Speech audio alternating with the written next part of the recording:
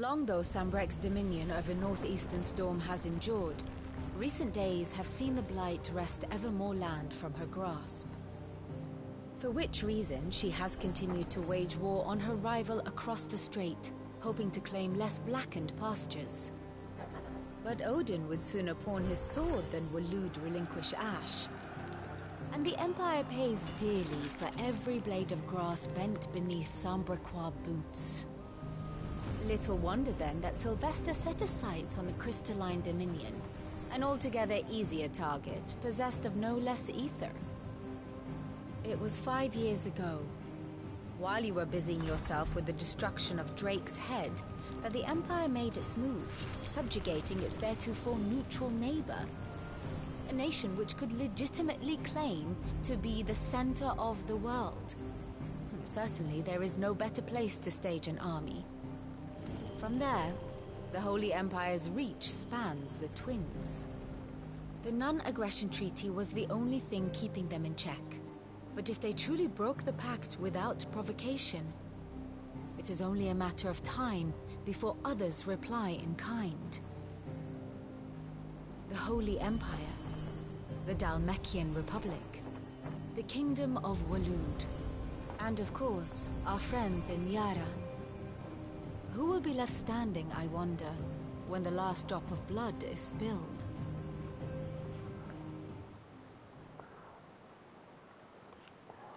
You were born in Twinside. Do you not fear for your home? Oh, dark clouds are wont to gather over the Dominion. Yet in spite of it all, she has ever endured.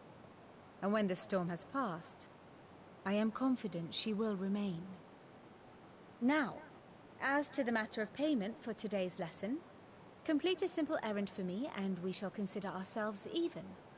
Even? Right. Return this volume to old tomes in the shelves. Tell him it was adequate. I suppose it wouldn't hurt to visit our resident historian.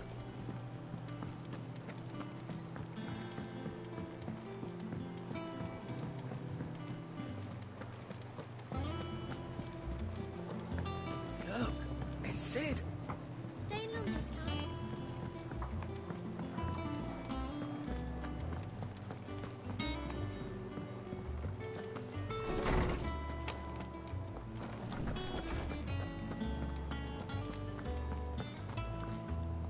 Norseman Harpocrates.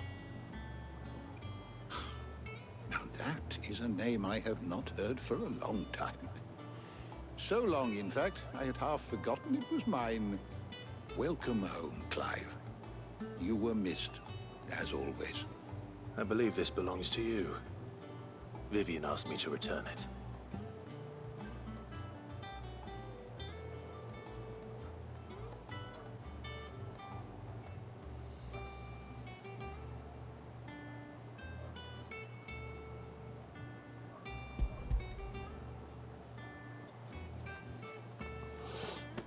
Ready? Our resident scholar devours books faster than young Tet does lemon tarts. Would that I could do the same. But alas, I no longer possess the necessary constitution for such indulgence, either in words or tarts. That said, I have continued my search for mention of the creature you encountered at Drake's Head. But without access to the great libraries of Oriflamme or the Dominion, I regret that I have been able to find little and less. I am sorry. Please, don't apologize. I'll send word to our associates. See if they can't furnish you with more books. I fear it is not more books that I require, but the right ones. Mayhap we look in the wrong places. There are still libraries to the north. I'll see what I can do. You are too kind. There are not many in this world who would indulge the whims of a tired old historian. Not too tired to go filching Kupo nuts, though. Always got a pocket for him. Nicks him off the Moogle. Hush now. We all know there's no such thing as Moogles.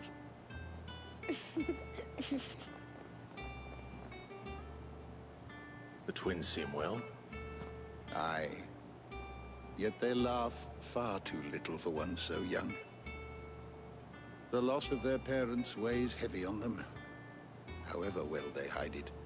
Titan took much from us that night, from some more than others, and the wounds that remain, they are not quick to heal. Which is why we must give them all the time they need. That we must. Just as I must give you the time you need to recuperate. Good day, Clive. Good day. Gav will be back soon. I should get some rest while I can.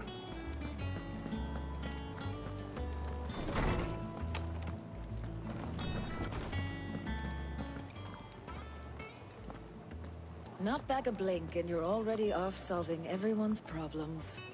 It looks good, Clive. Goes well with the scowl. I'd had that brand for so long. I'd forgotten what life was like without it. What it was like to be myself. And it's all thanks to you, Talia. The scalpel did most of the work. Ah, before I forget, a rider was here with a letter from Gav. Otto left it on your desk. Not a Stolas. All right. I'll have a look. And then you get some rest.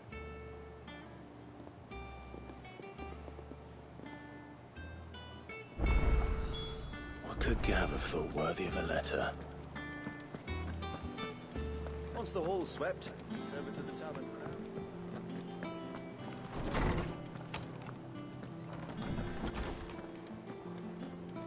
Otto was here earlier with a letter from Gav. He left it on your desk.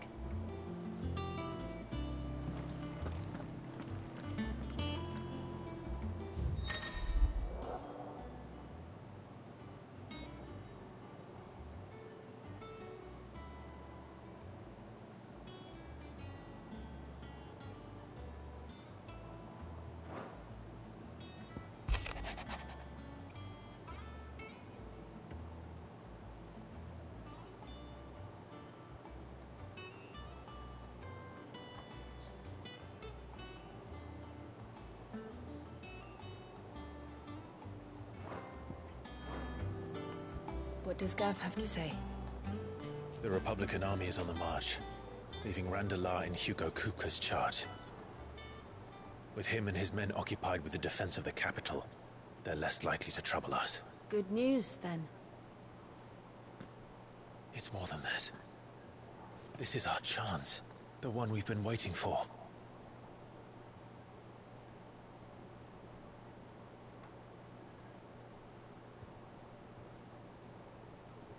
But look how far we've come. All that we have here, our friends, the hideaway, are they not cause for joy? 5 years. 5 long years. If I could only command this power I've been granted, we might have achieved so much more. But each time I reach for it, it's like something is holding me back. Summoning an icon exacts a price not easily paid. Your body knows this only too well. It's merely trying to save you from yourself. And every burden I cannot bear falls to you. This mission of ours has made me question everything I thought I knew. But one thing has become abundantly clear. The crystals take more than they give. In exchange for momentary comfort, we must endure a lifetime of pain, war after war, loss upon loss. And now they rob us of our very homes, leaving naught but dust and ash. But you're trying to change that. We're trying to change that. And to me, that's no burden. I know, but... Try not to forget. We're only here because Joshua gave us a second chance. It would be a pity to waste such a precious gift.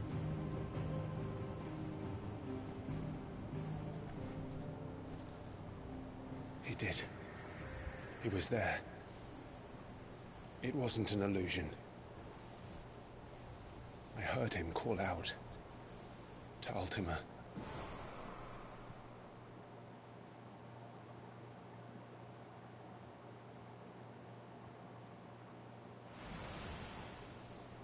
If Joshua is still alive, he'll be looking for that thing. Do you think he will ever come back? I know he will. And we must be ready when he does.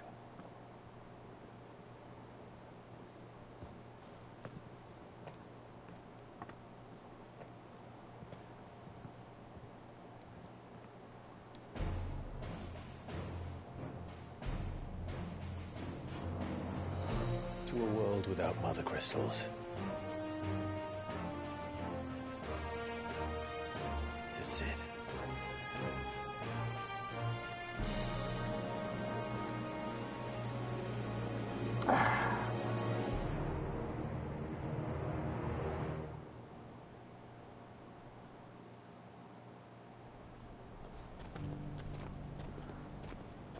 Meanwhile,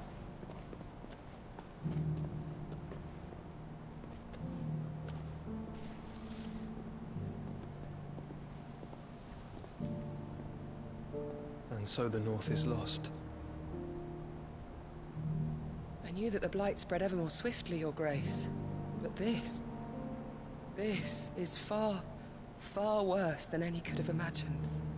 It is only a matter of time before the twins are no more.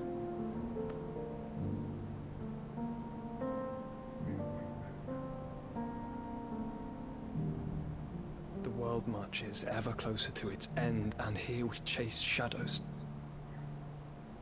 Tell me, brother, are our efforts in vain?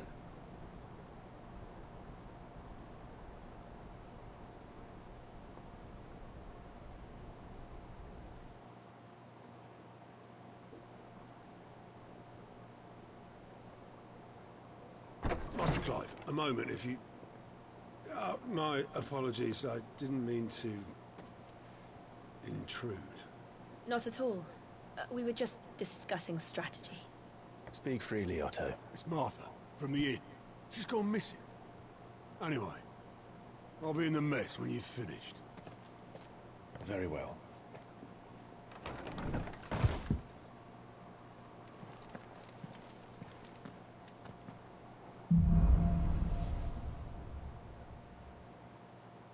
What would make Martha leave the rest? If something has happened to Martha, we need to speak with Otto.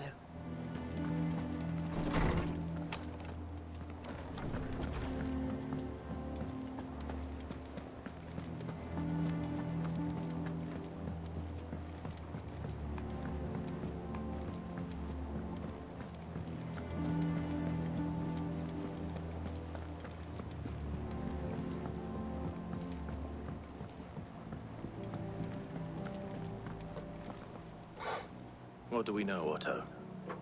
Some lads from the Imperial garrison in Rosaria started a fight over at Martha's Rest.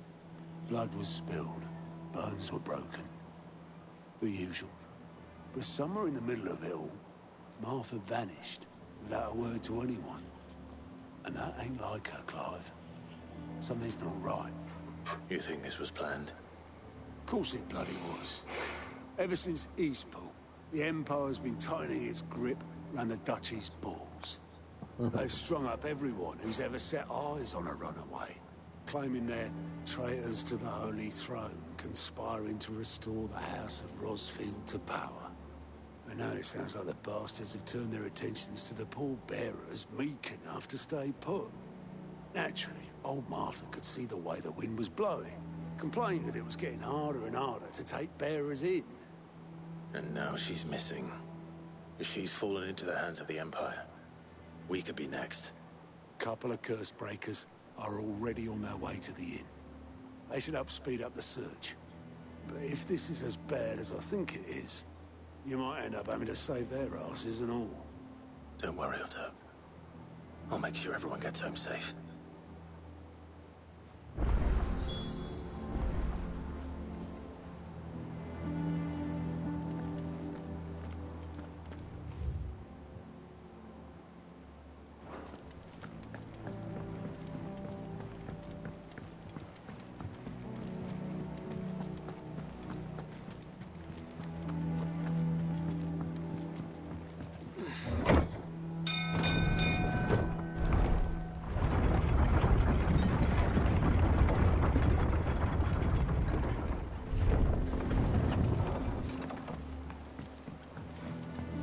get that large. Welcome back, Sid.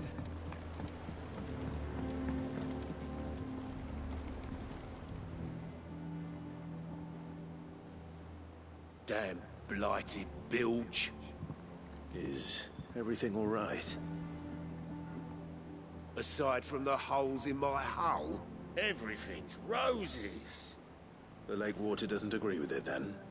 That's one way of putting it. And unless you got some grand scheme to suck the black from the lake like we do in the atrium, that slurry'll keep eating away at the timber like young Tech does our lemon tarts. Suppose a coat of pitch might stave off the rock for a moon or so. Assuming we had any pitch, which we don't. Not any bloody more. Doubt the old tub's got more than a dozen runs left in him.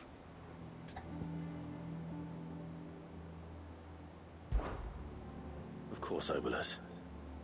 Your skiff is our only means of reaching the mainland. Without it, we'd be lost.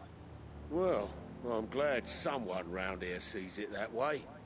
To make pitch, you need pitch trees. But in case you haven't noticed, live trees are one of the 1,000 things sorely lacking in the Deadlands. Now, I'm not so unkind as to ask you to fell a faraway forest and lug the logs back here to the mere, which is why we'll be needing a suitable alternative. And it just so happens I once heard the thorny pitchers of Curltail Falls cover themselves in a sticky wax to trap birds and beetles and whatnot. Might be enough to tide me over. Sounds easier than felling a faraway forest. That's for certain.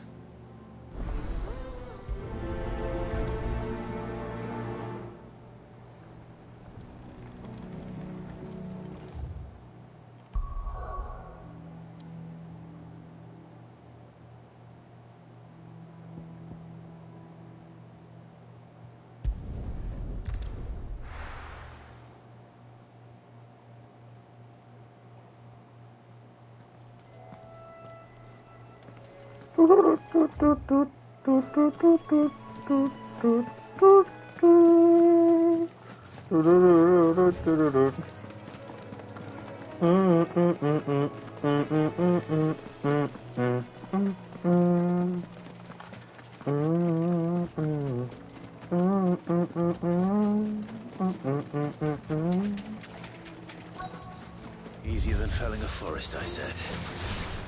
But trees don't have teeth.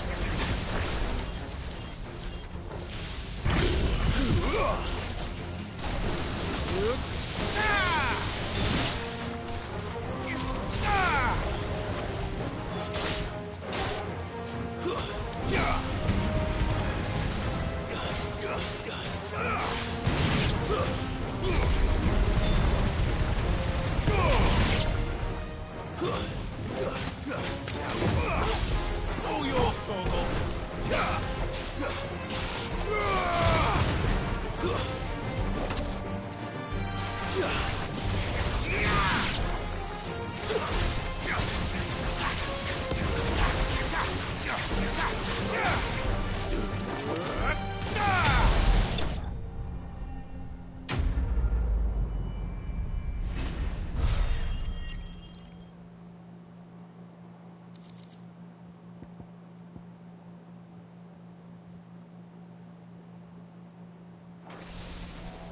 I can't imagine Obolus needing any more than this. Time to head home.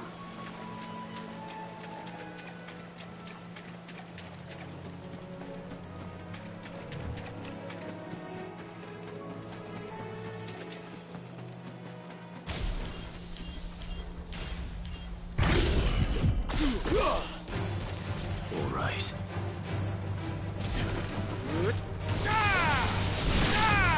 This one.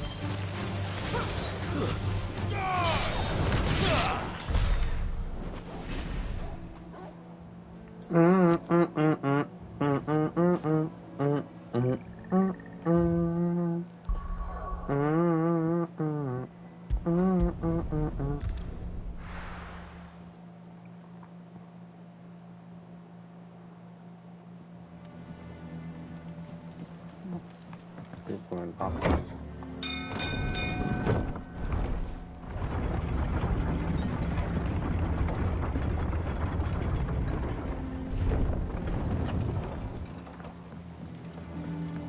Finish with that lot. Welcome back, Sid.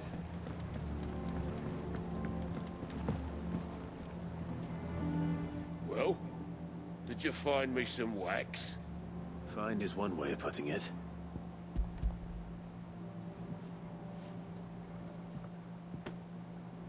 Ugh!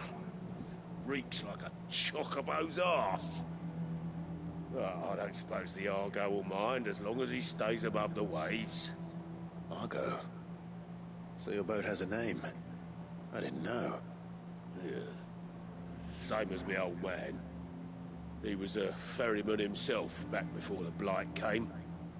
The boat's all I have left of him. And thanks to you, he'll sail another day.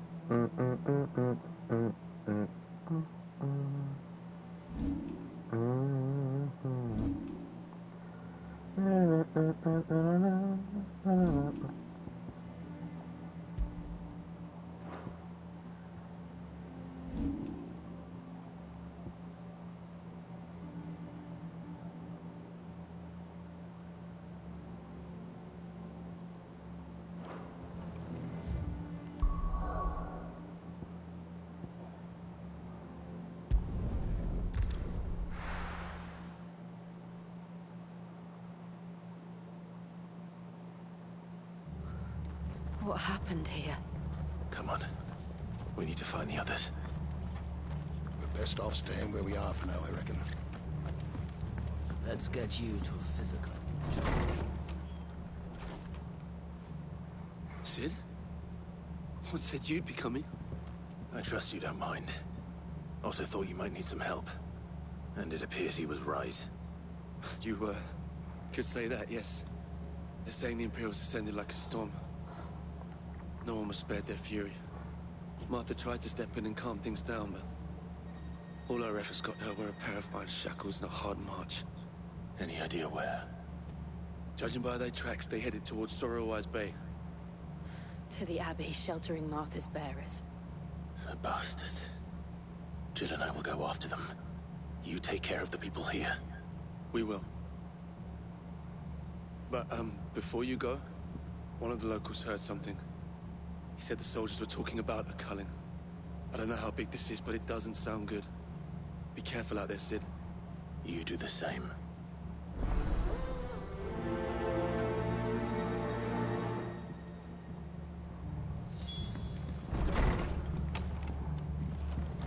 Cole is right. That was no tavern brawl. It was a message.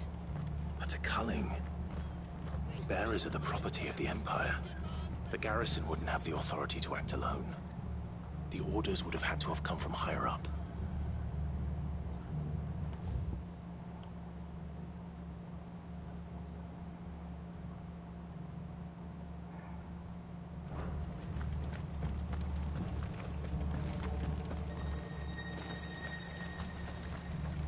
How do?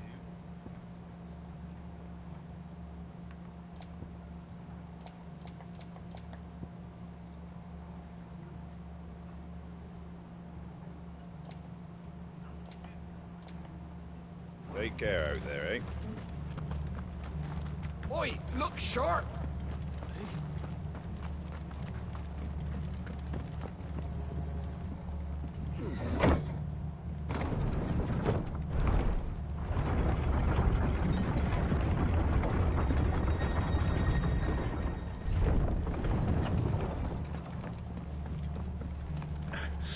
If those horses touch an hair on Martha's head, I'll kill them all myself.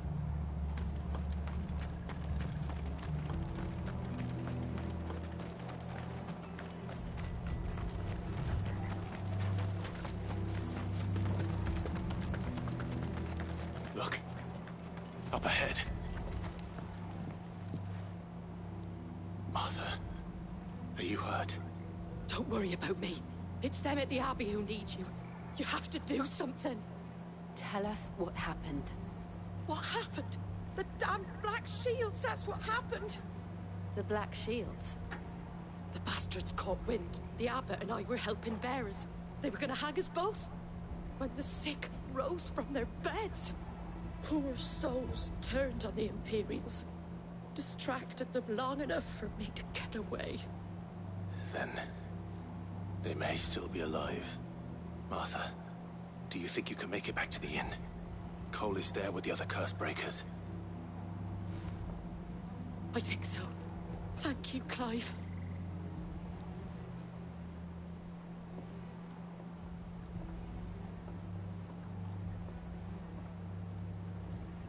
Black Shields? Is this some sort of twisted joke? There has only ever been one Order of Shields in Rosaria, and they fought to defend all her citizens. Seems a step too far, even for the Empire.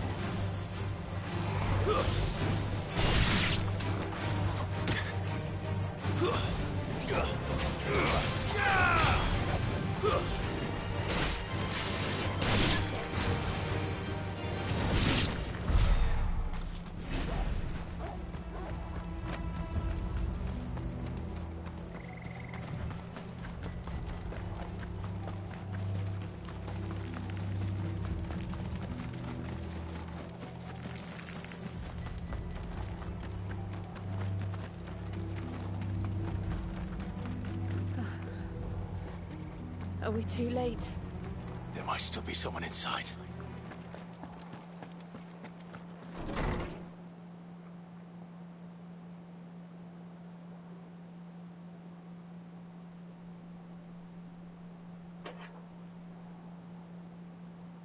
No. Damn it.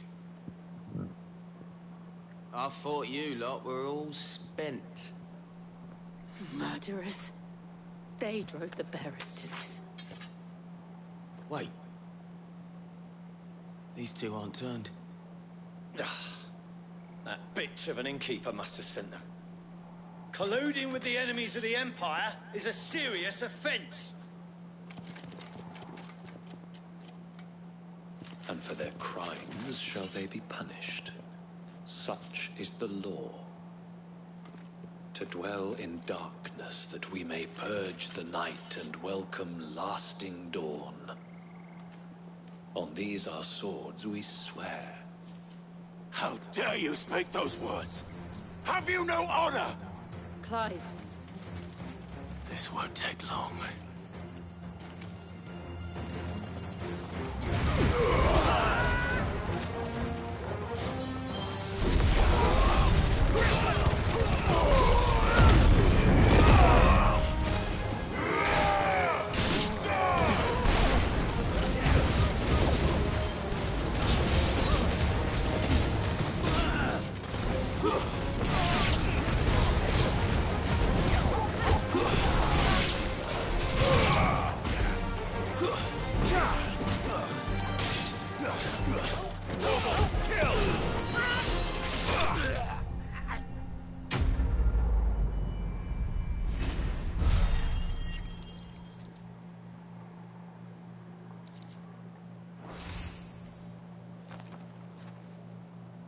Is that all of them? I think so.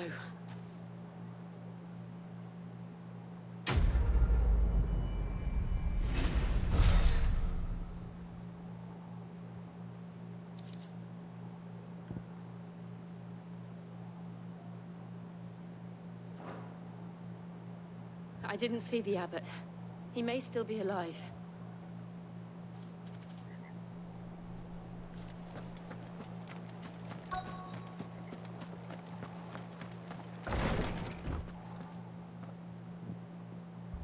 Found her.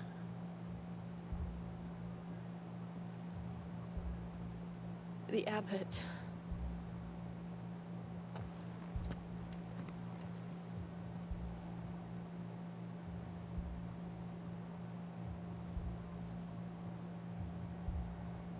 The bearers died protecting him. calling upon what little magic they had left in their bodies. Clive. He's breathing.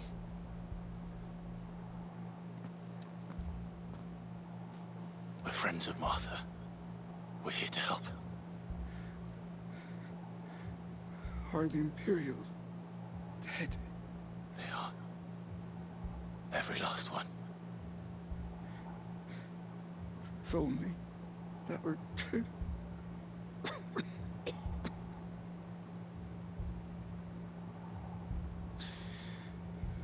The Black Shields will return. The cullings will continue. Rosaria will never be saved unless we save her. Tell Mother to beg Cid's aid and tell her this wasn't her fault. I shall. Cid! Where are you? Cid! In here! We found a survivor! Clive. He's gone.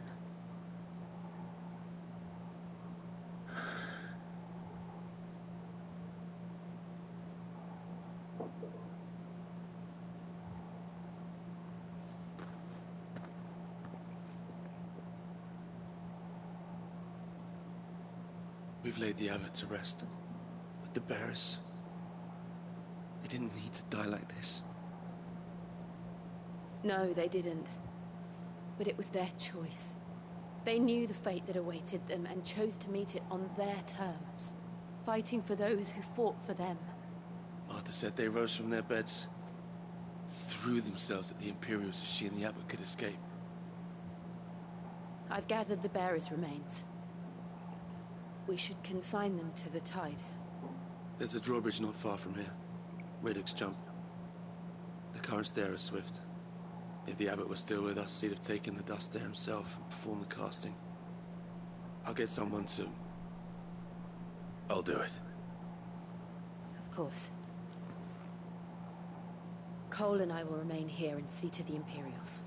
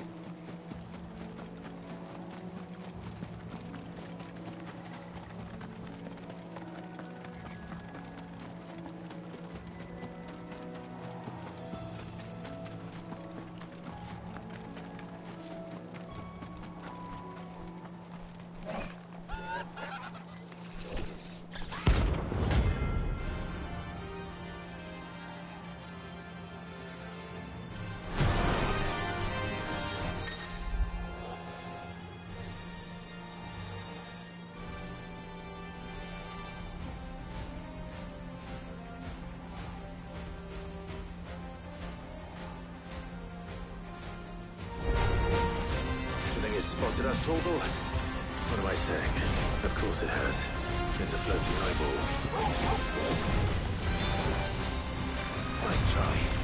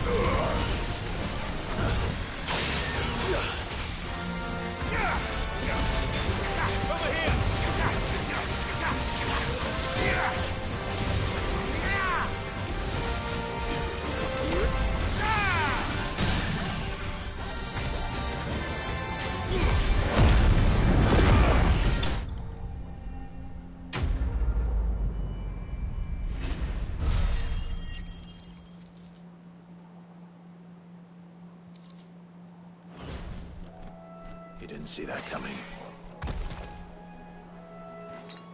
I needed that.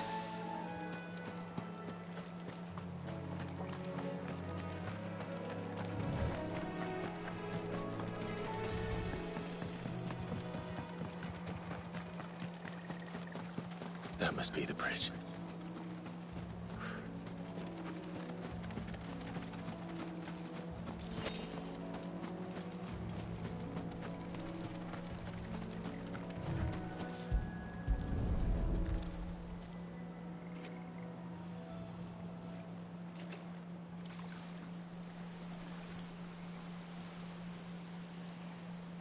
So shall the waters cleanse thee of thy burden, and bear it out to sea.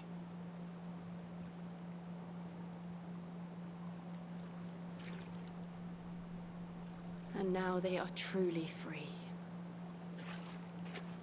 I hope so. What of the Imperials? A pyre was made. It's more than they deserve. We should go back. Cole is worried about Martha. All right.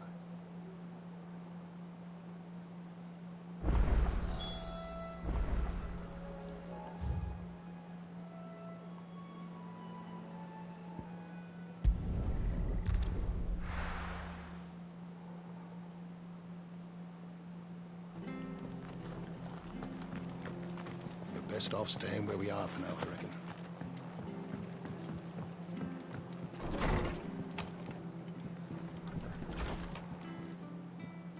No one survived then? I'm sorry. Before he passed, one of them bade me tell you not to blame yourself. Doesn't mean I won't. Doesn't mean their blood's not on my hands. Cole said you cast their remains. That was good of you. But it should have been me. This was all my fault. How? You couldn't have known. But I did. And I turned a deaf ear to the warnings like the fool I am. The rumors started moons ago. Of black-clad devils descending on villages in the dead of night to slit the throats of sleeping bearers. But I assumed it was all just nonsense concocted by the Empire. Nothing but a ghost story meant to make folk think twice about lending a hand to a fugitive bearer. And in ordinary times you would have been right. What these Black Shields are doing, is unthinkable. Which begs the question, why do it at all? My mother obviously has a hand in this. I cannot make sense of her actions. Unpicking what goes on in that woman's head is a job for someone with more time on their hands. Right now, I need swords and men to wield them, preferably big ones. If those Imperials think they can come in here again and threaten my people, they're in for a rude awakening. Oh, before I forget, a Stolas from Otto landed just before you arrived. He asked me to tell you that Gav has returned. Then we must as well. Will you be all right here, Martha? We can stay longer if you wish. No need. I'll be ready should the Imperials come calling. Though I wouldn't turn my nose up if you were to lend me a pair of them strapping young curse breakers.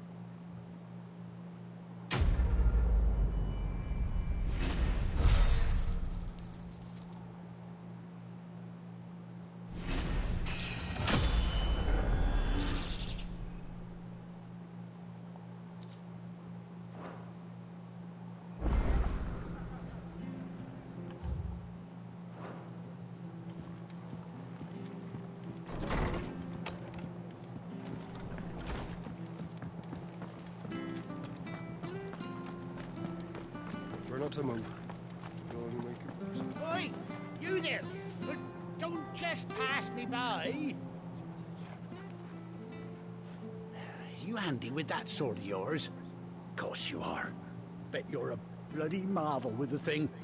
Now, question is, are you willing to use it or not? 'Cause a flock of noble chocobos are in need of help. Chocobos? You heard me right. Wild birds?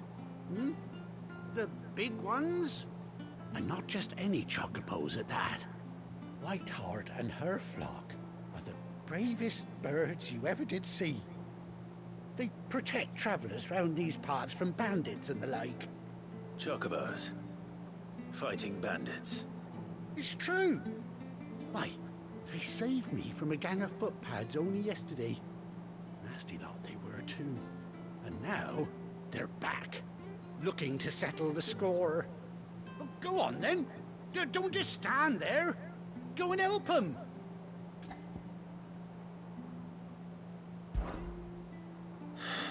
All right. There's a good lad. Where can I find these chocobos? I saw him cut across the way over yonder. The rotten scoundrels were driving the poor things towards the old dock. It's a dead end, that is. You save Whiteheart and her flock, you hear me? There ain't a pluckier bird in all the world. She's a hero to us locals. And don't worry, you'll know her when you see her right enough. I'm sure I will. And good luck to you. And give those no-good bastards a hiding from me.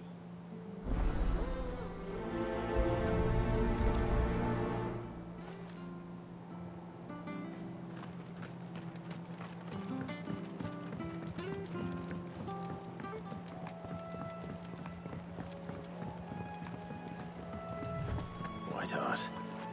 That's quite a name for a chocobo.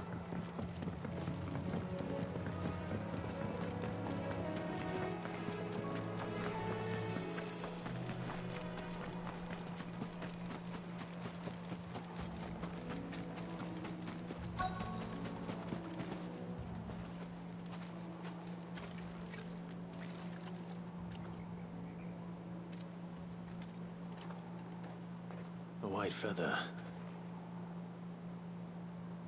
I thought Ambrosia was one of a kind. Speaking of brave birds. Looks like they went that way.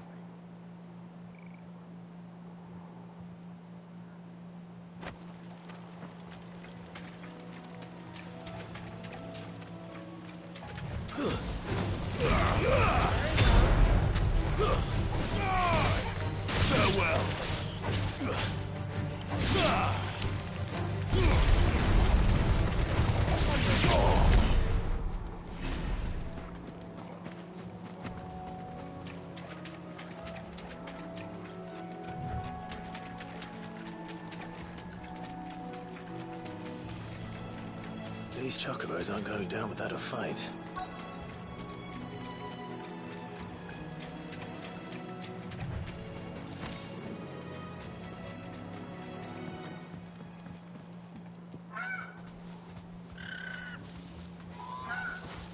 We got you cornered, Feathers. You didn't think you'd seen the last of us, did you? You've been bad for business.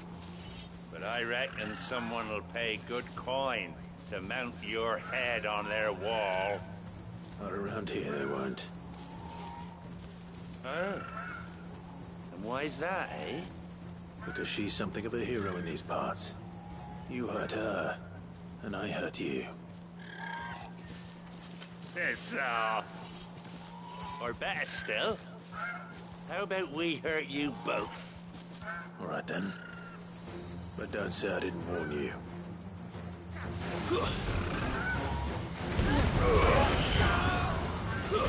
Stay! It's over.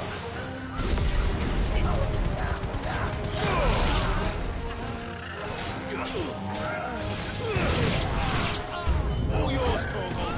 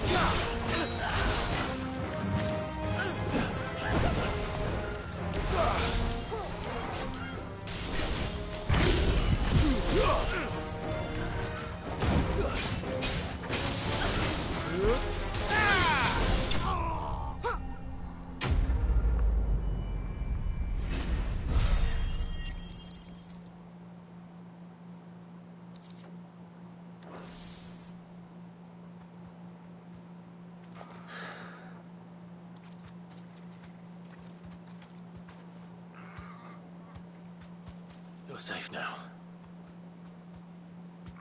White Heart, I presume. Do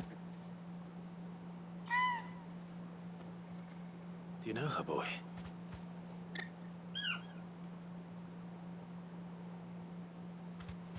That scar. It couldn't be.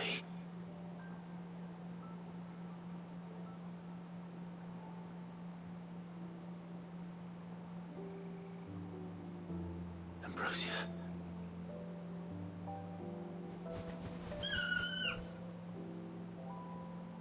It is you. You survived.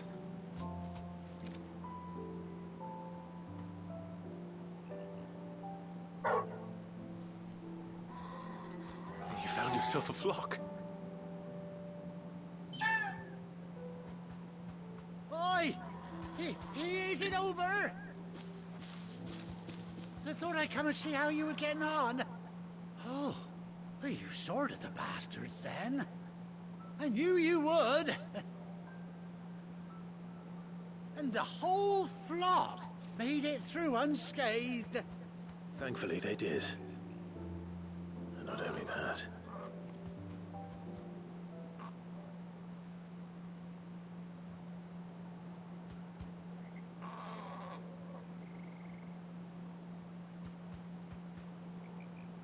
Well, I'll be. I never stopped to think our hero here might once have been someone's mount. Though I dare say she'd suit a fine fellow like yourself. Reckon our feathered friend must have learned a thing or two from her master.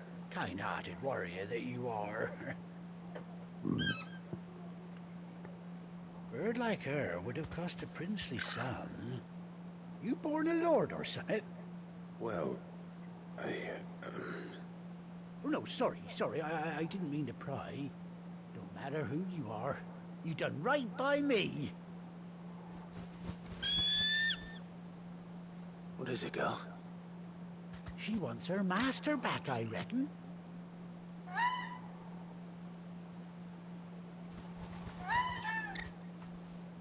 Told you. And it seems her pals agree. Is that it? You want to come with me? Well, bugger me if this ain't a heartwarming sight. The lads down the stables will be hearing about this tonight. Oh, stay right where you are.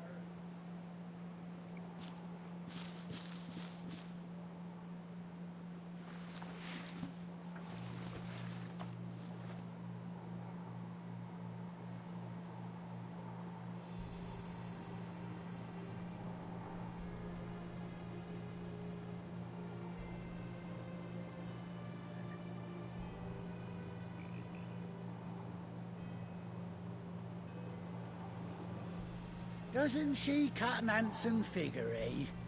She does indeed. How much do I owe you? Ah, a few scraps of leather's the very least I owe old Whiteheart. Oh, I'll be sad to see her go, of course. But she's earned her right to happiness and more besides. Don't you worry, we'll get along just fine without her. You hear that, Whiteheart? You've earned yourself some time off. You have fun traveling with your master now.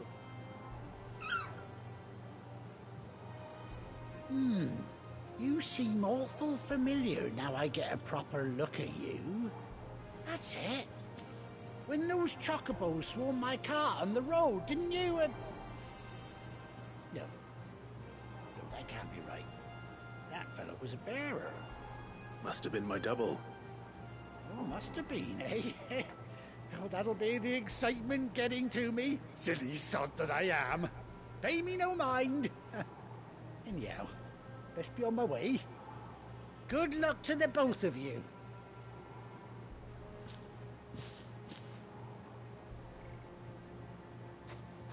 You take care of your flock for now. I'll call you when I need you.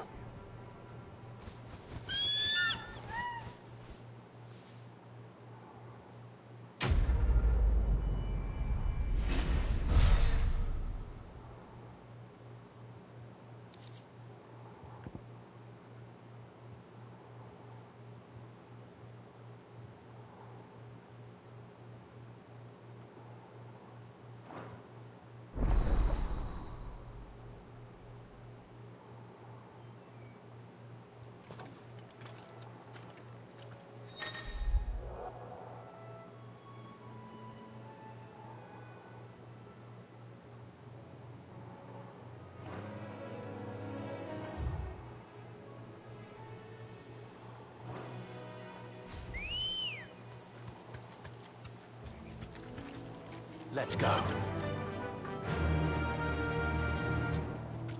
Fly, Ambrosia.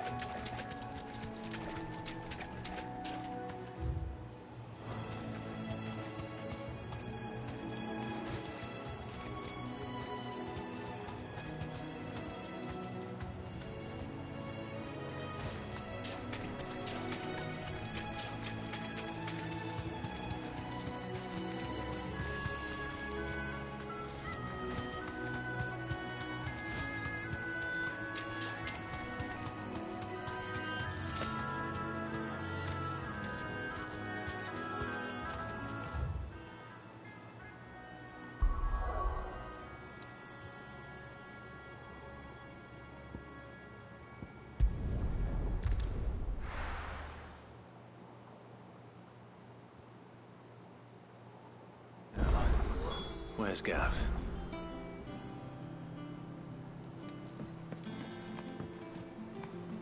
I hear there's trouble.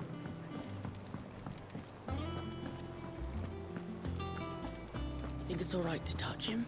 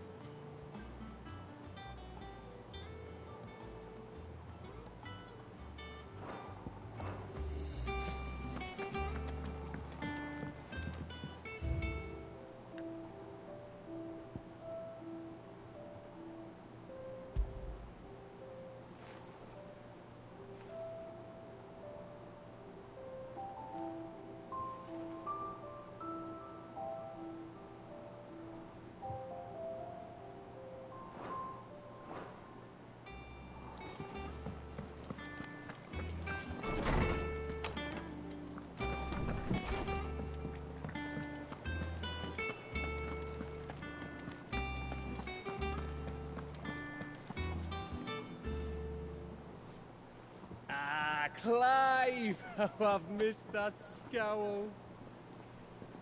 Where's my report? What, no kind words for your old pal Gav?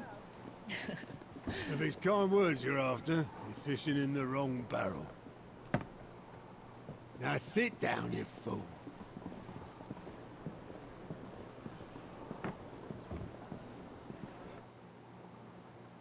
So, you remember how quick the Empire was to occupy the Dominion after the fall of Drake's head? And how pissed off all the other nations were that they didn't think to do it first? Half a century of independence gone at the whim of a madman. So much for their bloody treaty. Clearly, the promise of unblighted land and the world's supply of crystals was too much for his radiance to resist. And now the Republic's finally decided to follow suit, using liberation as an excuse to declare war on Sambrek. Lined up right outside the Dominion's gates as we speak, looking to starve the Imperials into submission. And now all eyes are on the Strait of Author. Well, the two nations beat their shields. The rest sharpen their daggers, ready to set upon the war-weary victor. They'll never see us coming. It's time we moved on the Mother Crystals.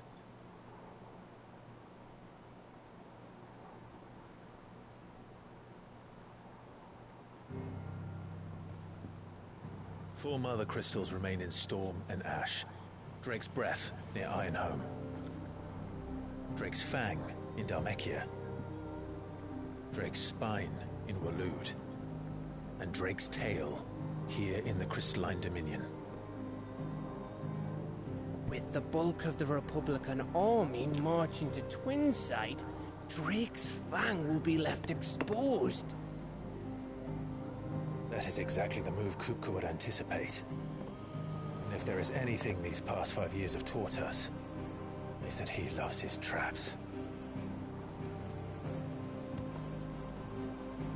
There is one place, however, where nobody will be expecting us to go. Drake's Breath. There's a shitload of sea between us and it, and I've never been much of a swimmer. I have an acquaintance in Port Isolde who may be able to help. Who's that then? My uncle, Byron Rosfield. Lord Byron Rosfield of the Seven High Houses, the trade magnate with holdings in over 100 cities. Wait, Rosfield. And you're a Rosfield, of course. My uncle's name gave him his start in the world, but it was his acumen which earned him his fortune. along with a handsome fleet of ships. Well, it's settled then. What are we waiting for, eh? Huh?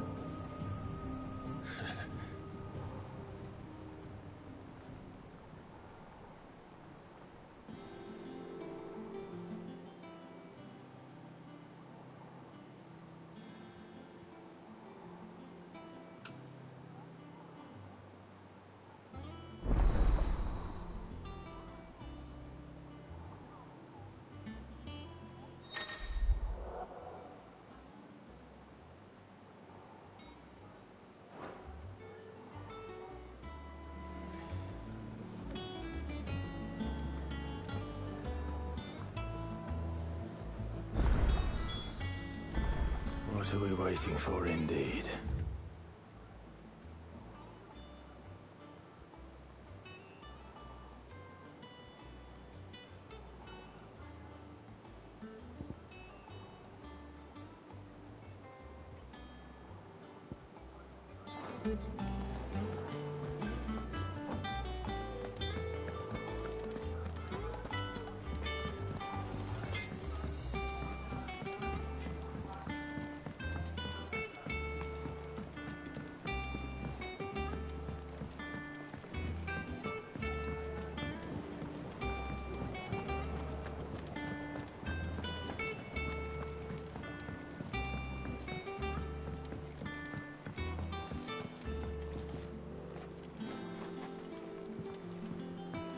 It's not the Won't be long now, Martel.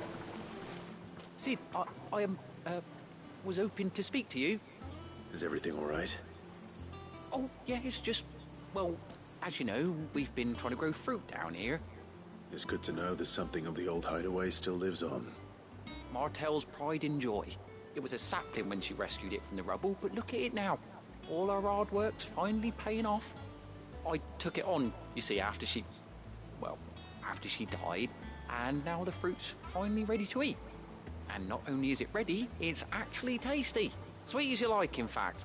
She bred the bitter right out of it. Impressive. And welcome news to more than a few, I'd say.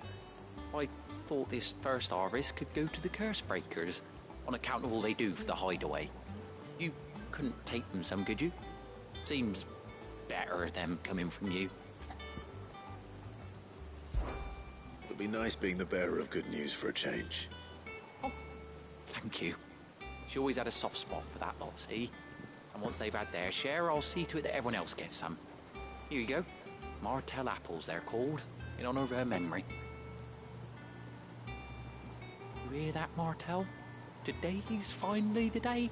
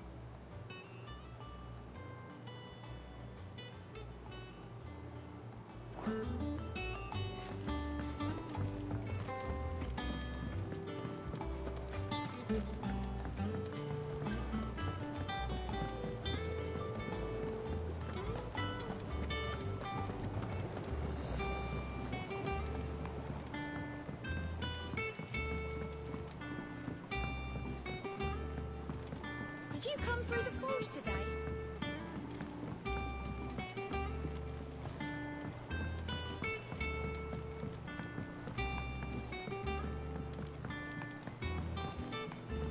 And you say Sid built this place?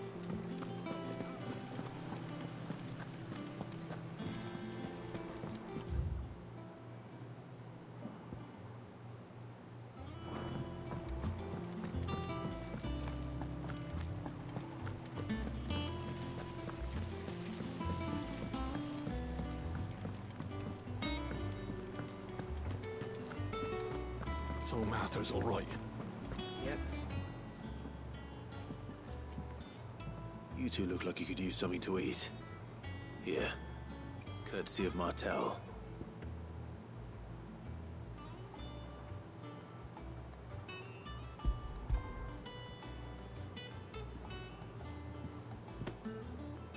Martel. Now, where have I heard that name before? Weren't she the girl from the Furrows? Course she was. An odd sort, that one. Loved plants more than people. Aye, and brave as a bane might. Remember when she ran back into the hideaway to collect them trees when Titan attacked? Wait. These aren't those apples, are they? Well, I'll be. She'd have been proud, and rightly so. Thank you, Sid.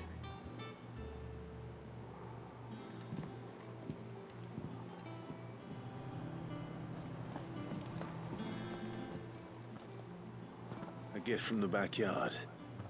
For your service.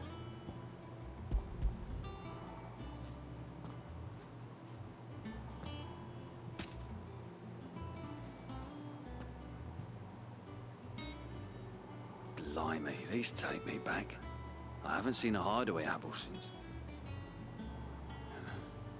Old Sid was the only one who could stomach the things. He'd nab 'em right from the branch, made Martel livid. Not that anyone could stay mad at the man for long. That sounds like the Sid I knew, all right. Planning on keeping that lot to yourselves, were you? Hang on. These aren't Martels, are they? I'm glad to see someone carried on what she started. Can't have been easy, not in the dead ones. Reckon she'd be happy knowing all her hard work didn't go to waste. Clive, tell the lad down in the backyard to run some over for me, will you? Not so much as a thank you. Well, I've got some manners at least. Thanks, Sid. You can leave the basket with me. I'll see that the others get their share. Oh, and give our compliments to the gardener, won't you? That was the last of the apples.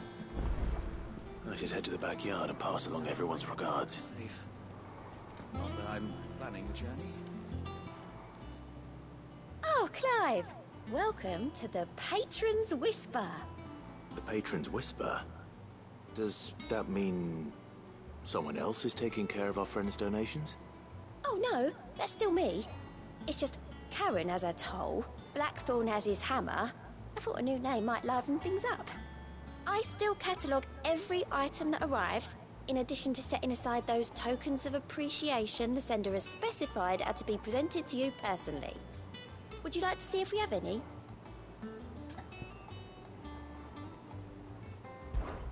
Your benefactors are a generous lot.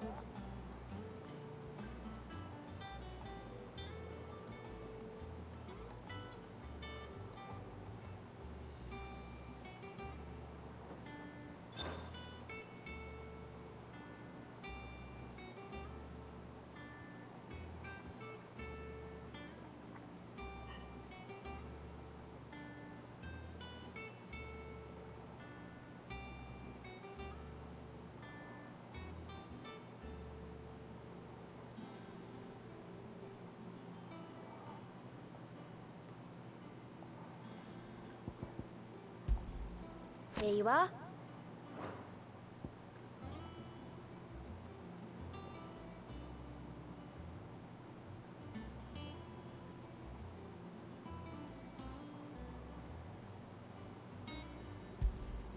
All yours.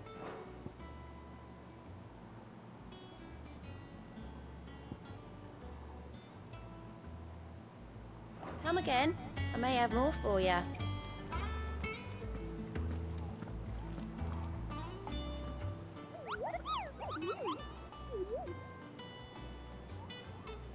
What's the matter, Nectar?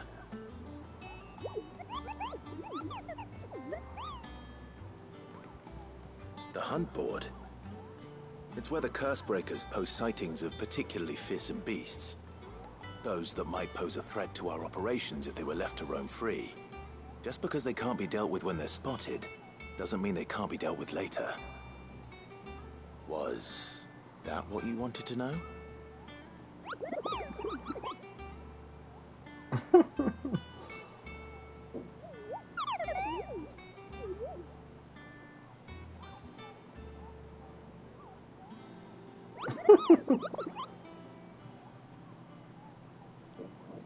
Right.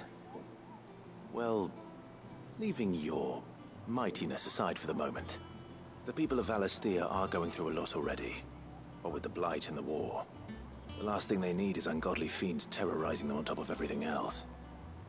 So if the Curse-breakers are too busy to help, then perhaps I can. Or at least I can try.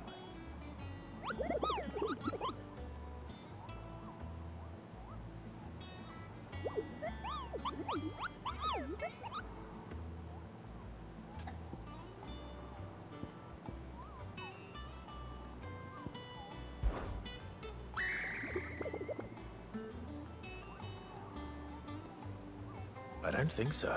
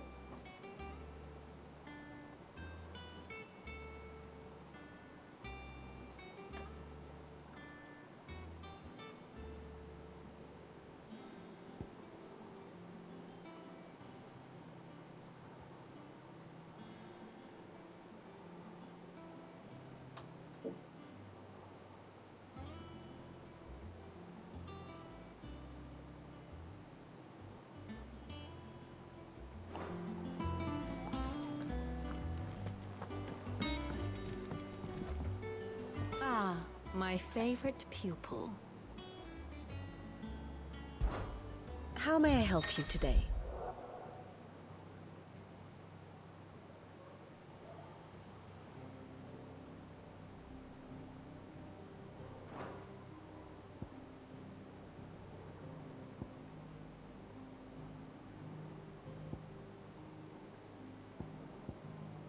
I have the details here.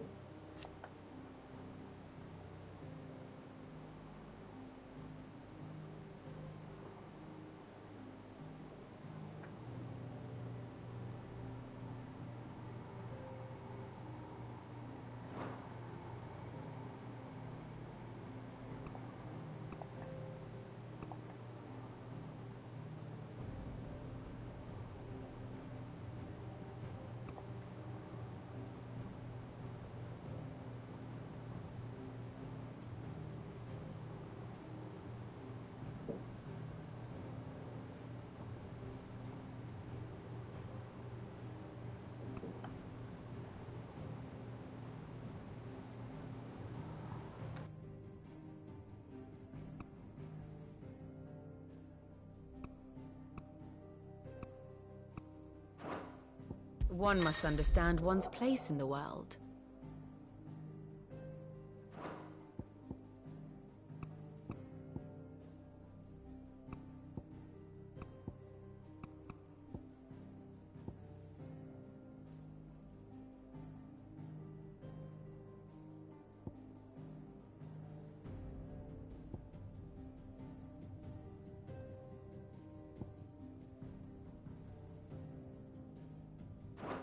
Thus ends today's lesson. Martha's all right. Them old apples were enough. That broom's as ragged as goat's locks. I hear there's trouble in Rosaria. Think it's all right to touch him?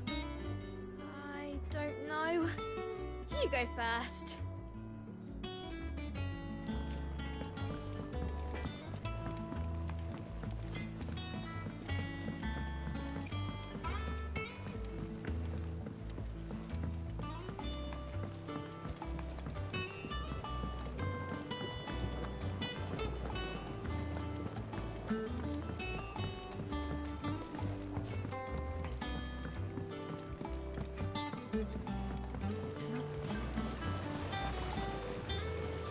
Cursebreakers send their thanks.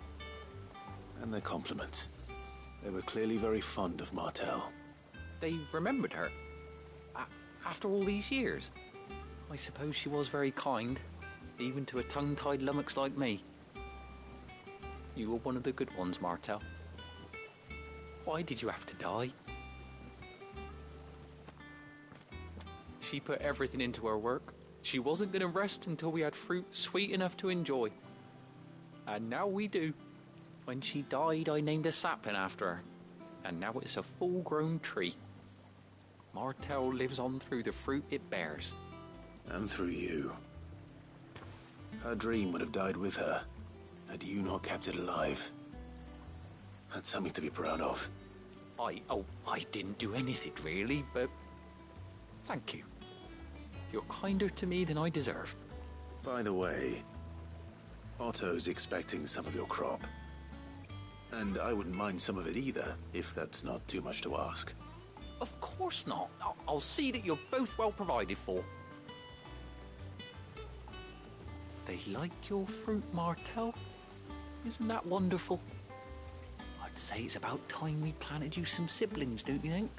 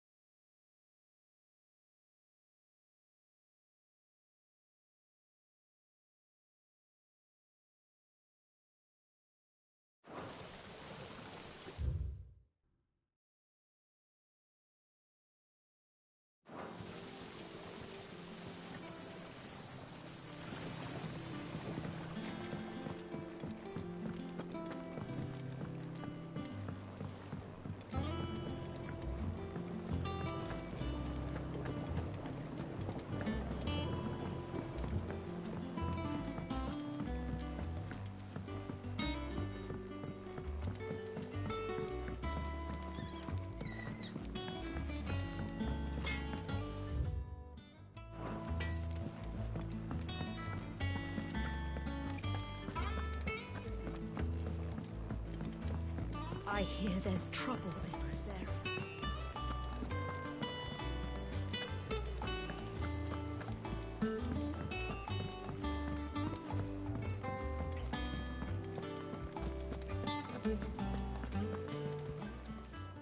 How are you doing?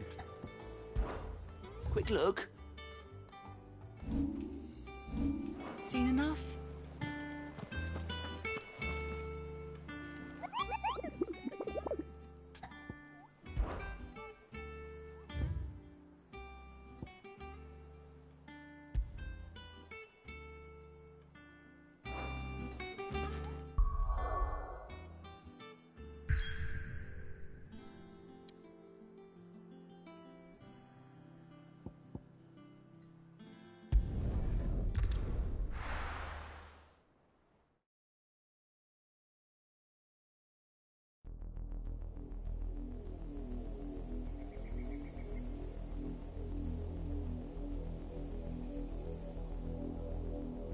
Do you think it was wise to leave, Gav? He didn't seem pleased. I needed his eyes and nose in Dhalmekia. I'm not about to let Kupka take us unawares. Besides, he has a knack for that sort of thing. That he does. And wasn't it Sid who said that matters such as these are best left to dominance? Especially should one of his beloved opportunities to grow and change present itself.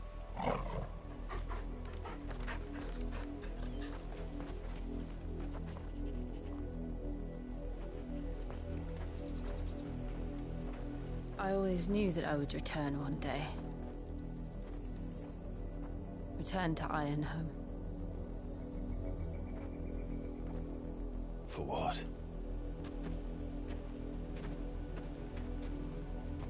After learning the truth, you were given the chance to face your past. If I am to continue at your side, I must do the same.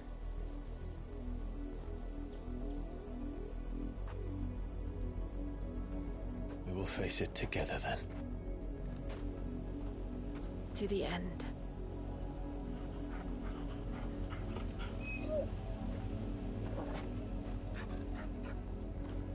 Come on.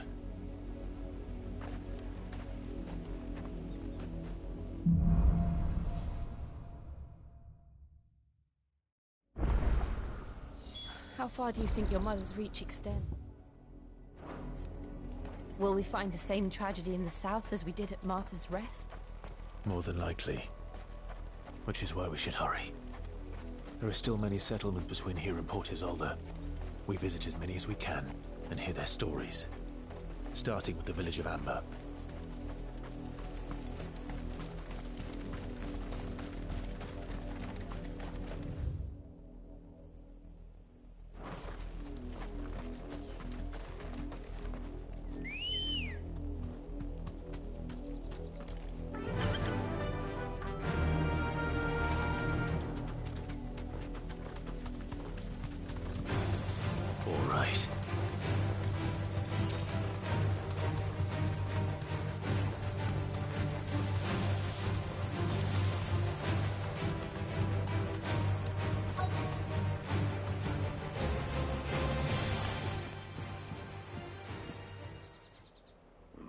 Mockery of justice is what it is. Lord Elwyn would never have stood for this. Quiet, you! Thought they were loyalists. Jill, look.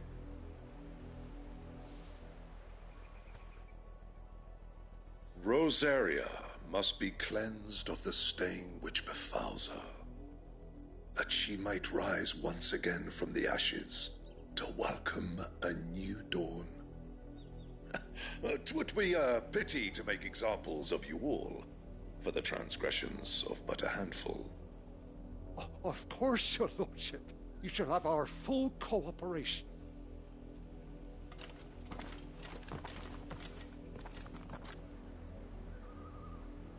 What business could the Black Shields have in a village this small? There's barely room to hide a bearer. Then they must be here for something else. You fancy dancing a gallows jig like the miller's son? All right, I heard you the first time. You're a long way from home, aren't you?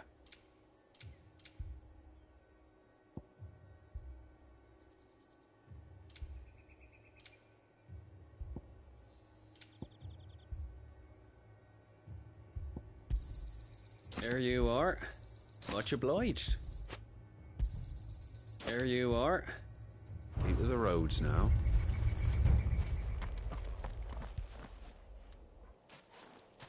Excuse me, but what was all that about earlier? You haven't heard? Someone's been stirring up trouble. There've been attacks on the garrison, supplies stolen. They even say a Black Shield was murdered. The Empire wants answers, and what the Empire wants, the Empire gets. Don't they just? Keep your ears open, eh? The Black Shields will pay good coin for information on the culprits.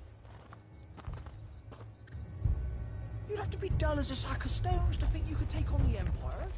100 full legions.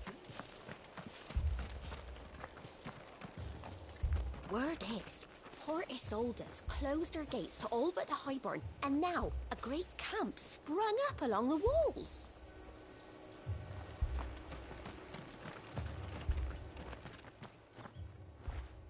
You seen him, didn't you? I'm sorry. The Black Shields. Just now. You seen them, didn't you?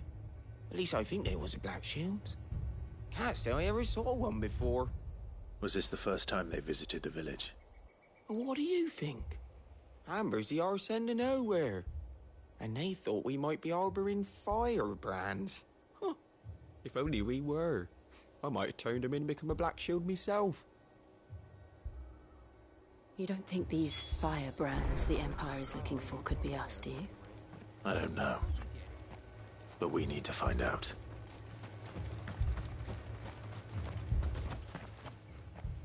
Greetings, friend.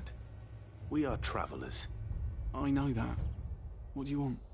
We couldn't help noticing those Imperial soldiers who were here earlier.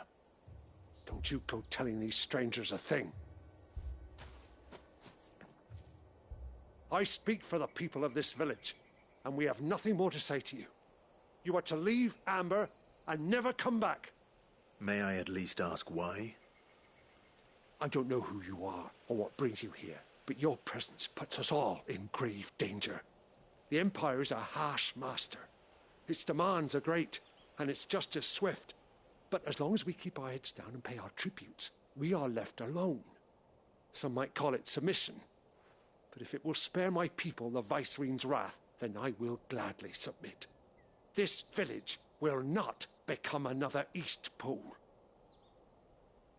Then we shall be on our way.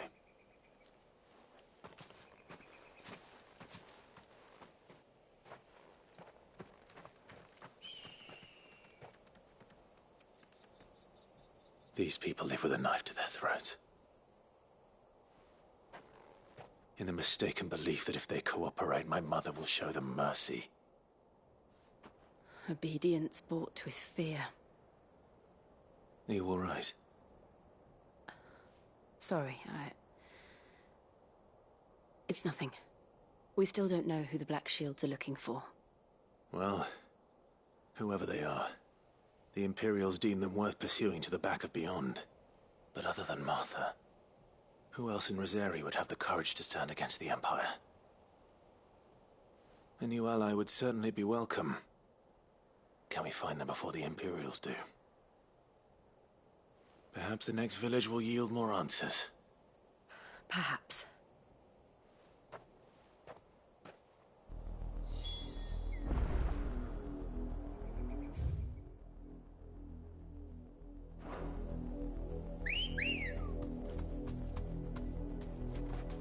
Ready, go?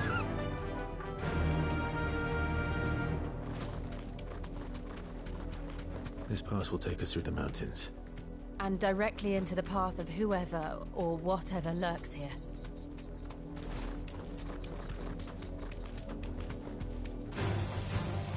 Ever since the apodatory, we've seen more and more of these echoes.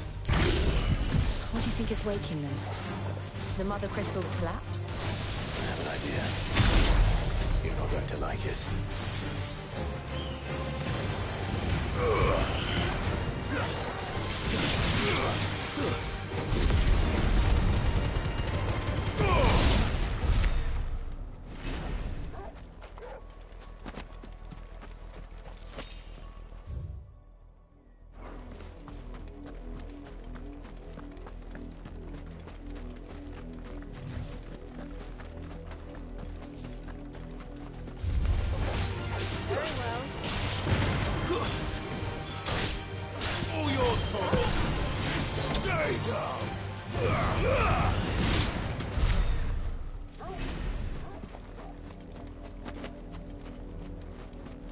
More of my mother's men.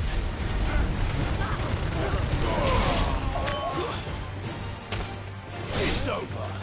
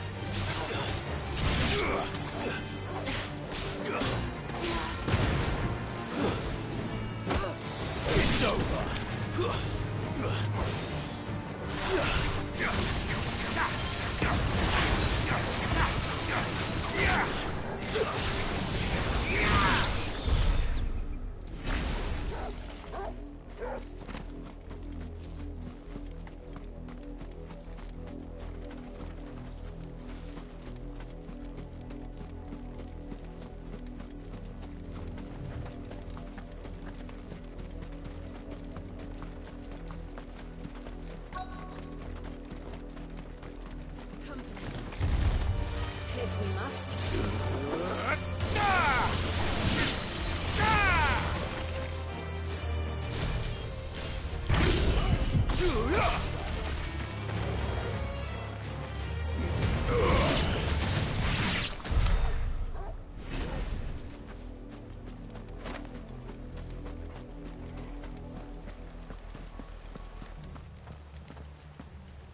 Blood, Clive. And still wet.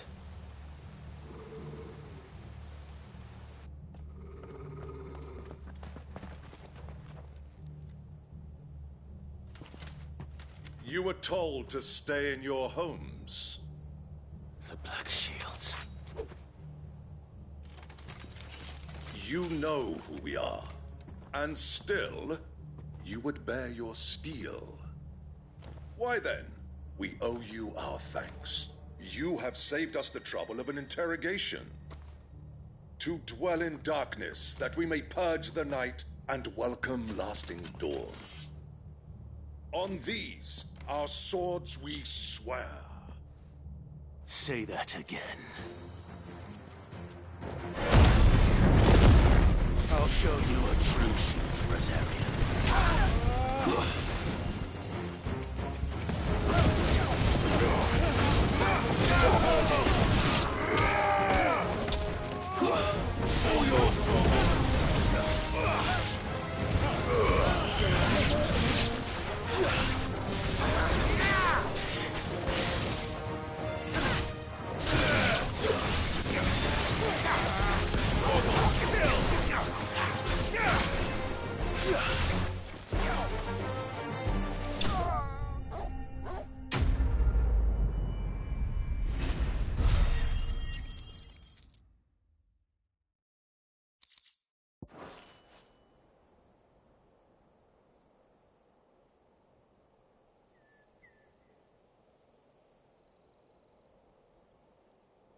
Tell me what I want and the end will be swift. Who are you looking for? Why, you. We come bearing a message. Your friends have been found. The branded you freed from our camps. They await you in Ordeal. Guardians of the Flame.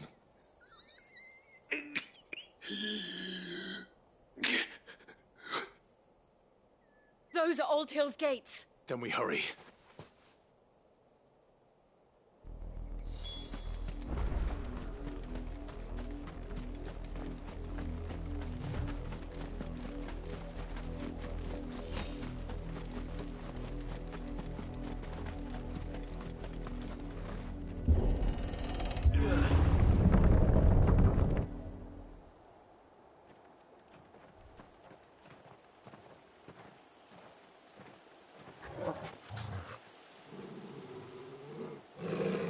Find something, boy. Death.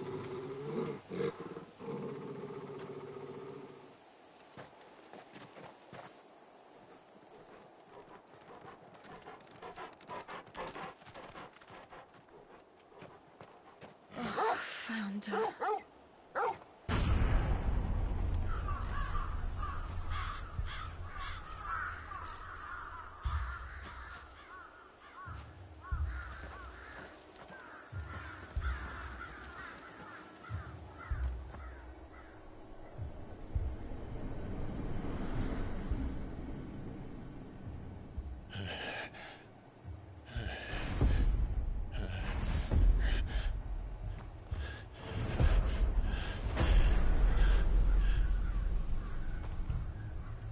This was my mother's doing.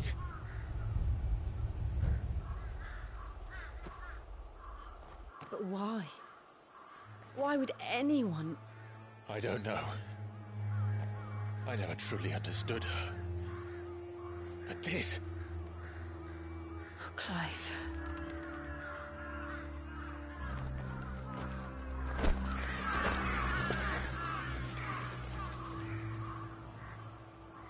I will learn what madness drives her, and I will end it.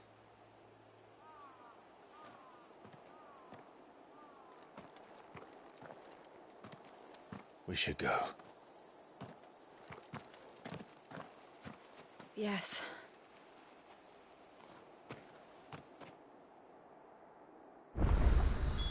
We can't leave them here like this. We won't.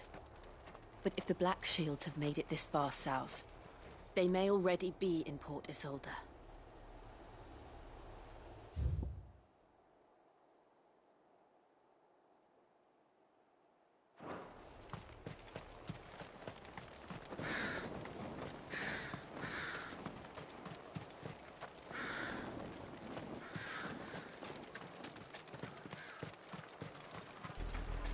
We're approaching Buick Bridge. Though I doubt the Empire would let us cross over to Rosalith.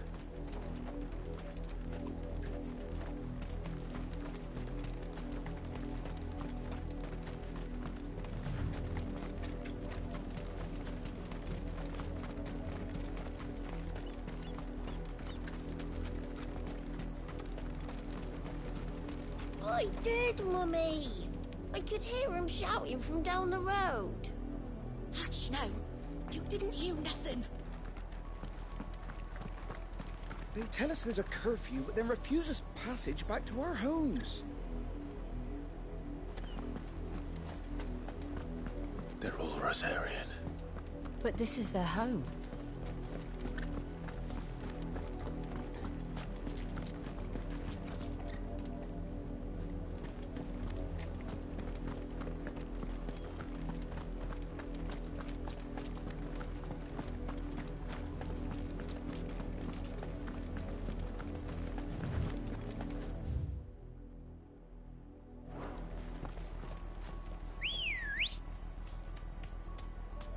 Come on.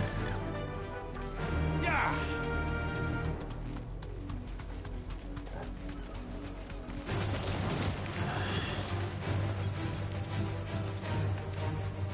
You deserve a rest.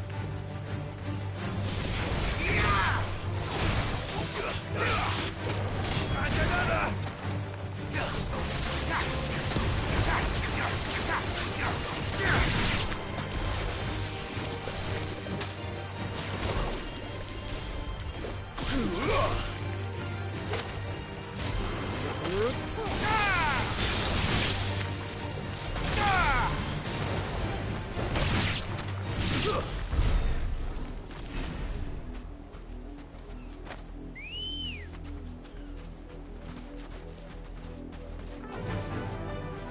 Fly, Ambrosia.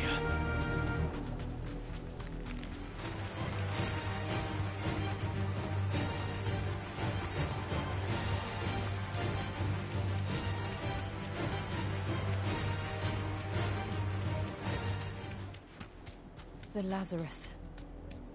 What happened to this place? My mother happened. The nobles who lived here didn't stand a chance.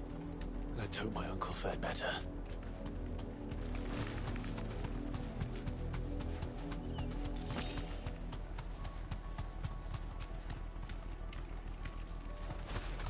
That's the main gate. And it looks like we're not the only ones hoping to get in.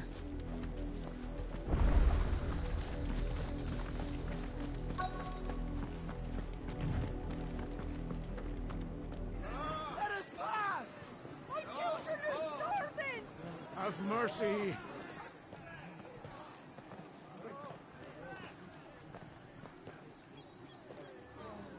Voice-rinsed dogs they are! You can't ignore us forever! Let us in, or we'll die on your doorstep! Better out there than in here! More than enough for Fuck off! Hang the chinless bastards! Those crystals belong to us all! I said, away with you, filth! Back to your stalls! Cut you down where you stand! Destroy it! No chance of slipping through unnoticed. We'll need to find another way in.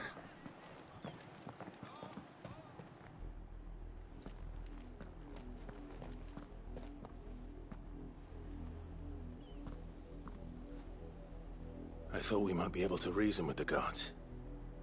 Or at least bribe them. I suspect everyone in that crowd thought the same. Was that the only way in? Officially, yes. Strictly speaking, no. My uncle once told me that the nobles had tunnels built, so that they could visit town without having to walk amongst the rabble. The Lazarus.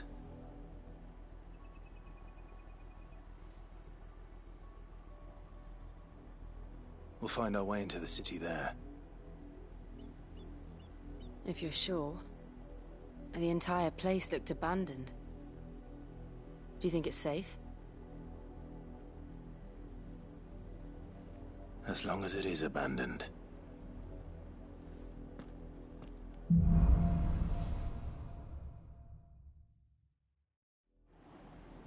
The good news is we haven't seen a single black shield since Old Hill. Maybe they found who they were looking for.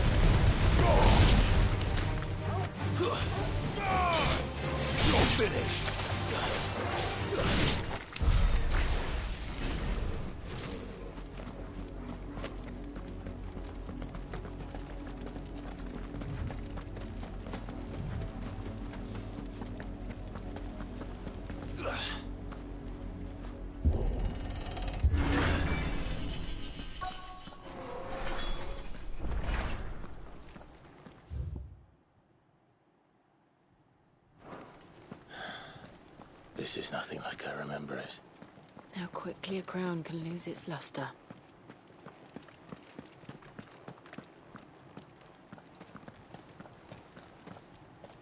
Not abandoned, then. Oi! Visitors!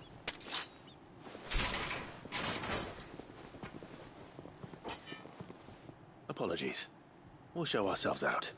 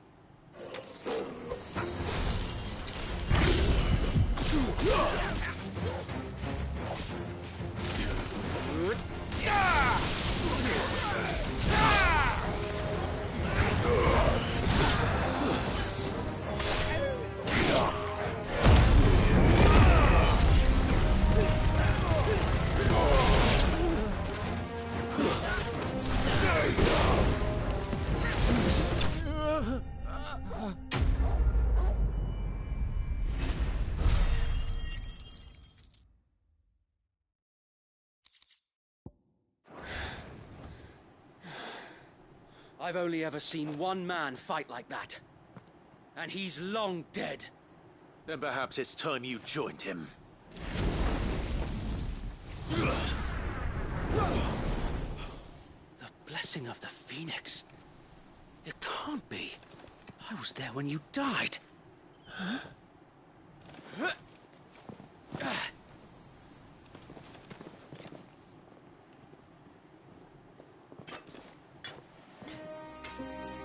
Forgive me, my lord. I knew not whom I addressed. You have naught to fear from us. Founder, it really is you. It is. So wait.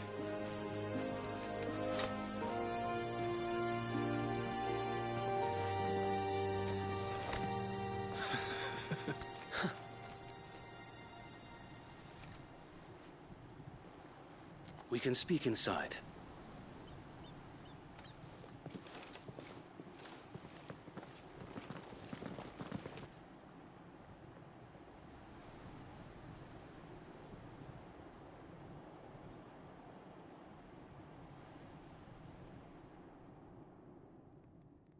And those who wouldn't bend the knee?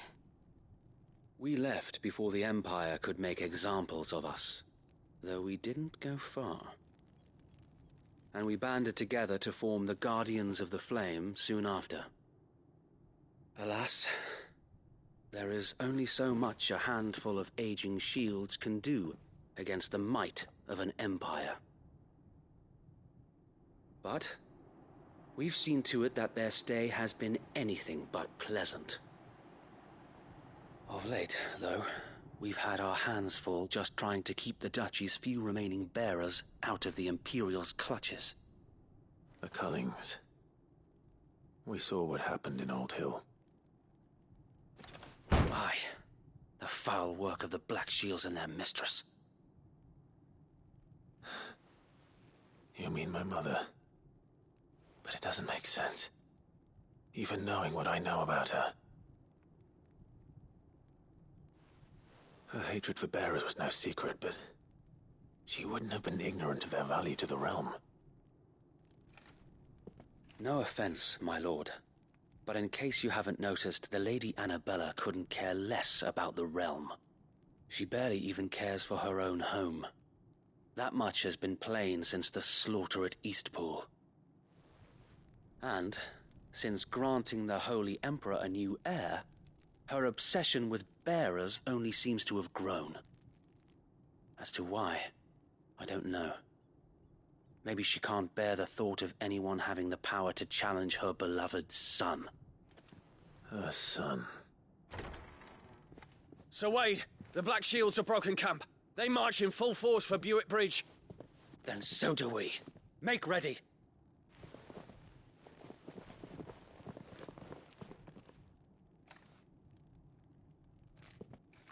This is their main host. If we remove the head, perhaps we can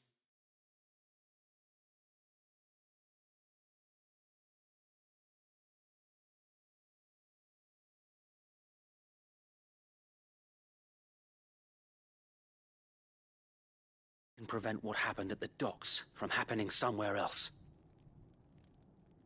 If I do nothing, then the blood of their next victims will be on my hands.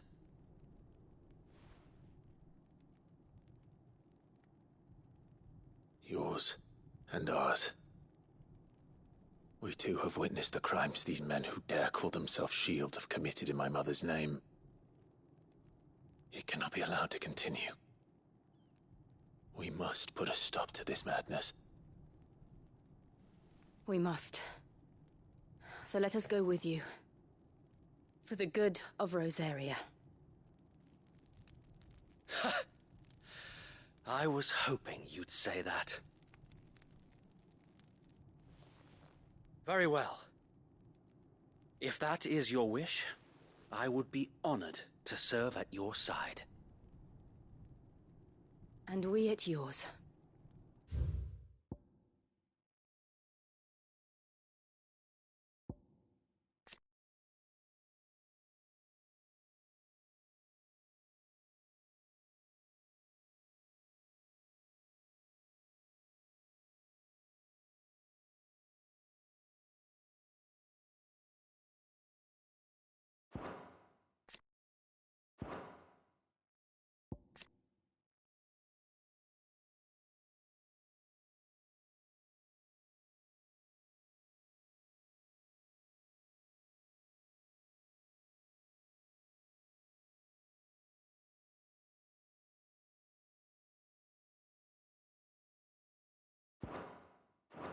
So, Wade, let us do our duty.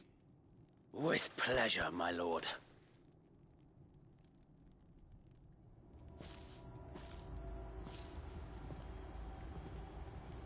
I imagine this endeavor will require more than just our wits. Then let's hope Sir Wade has a good quartermaster.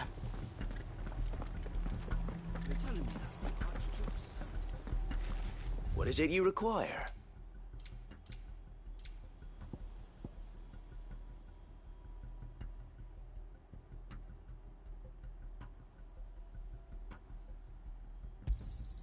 As you wish, my lord.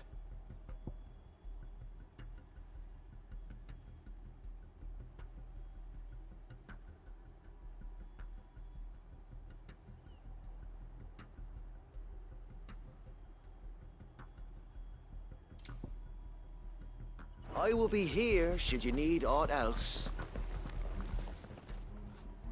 Tell us then, Sir Wade. What is your plan? Nothing fancy. You, Lady Jill and I make for Buett Bridge, and provoke the main host at their encampment. Sensing an opportunity to end the Guardians, the Black Shields will call for reinforcements, who will be met from the rear by parties of my brothers hidden throughout the surrounding hills. This will allow us to wage battle on the bridge without fear of being overwhelmed. While the Black Shields have an advantage in numbers, you see, they prefer to fight in small units, which we can use to our advantage. How small exactly? Small enough, now that I have you and Lady Jill for company. I doubt I could have done this on my own. But until we arrived, that was your plan.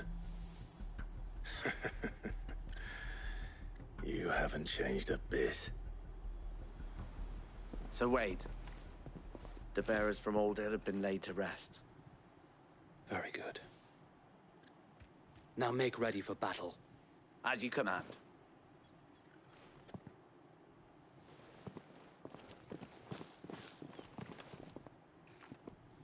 Thank you, Sir Wade. Perhaps now they will find peace. There is but one thing which will grant them peace. Putting an end to the Black Shields. And so we shall.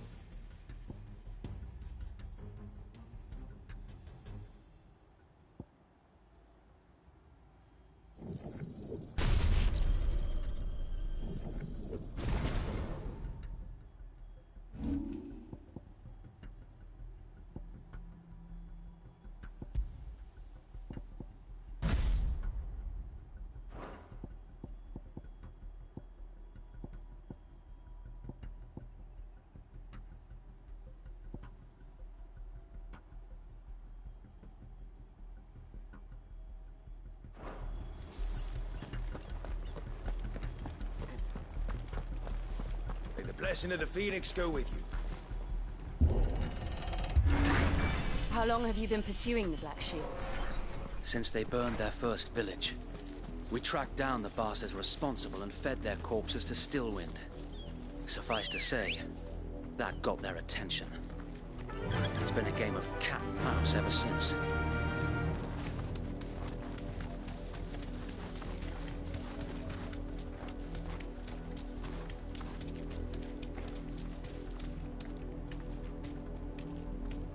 Be safe.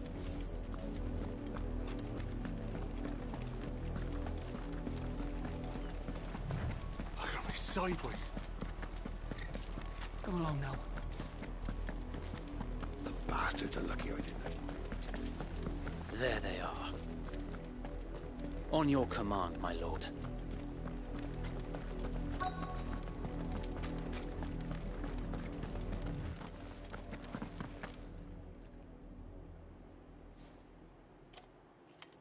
What is it now? I told you! We bear a message for the Vicereine. From the Guardians of the Flame. Ha! You presume to tell us that a pair of filthy vagabonds, a woman and a dog, could guard aught against the might of the Black Shields? Then come! Die along with your flame! For Azaria! For Azaria! Your petty revolution ends here. On these our swords we swear.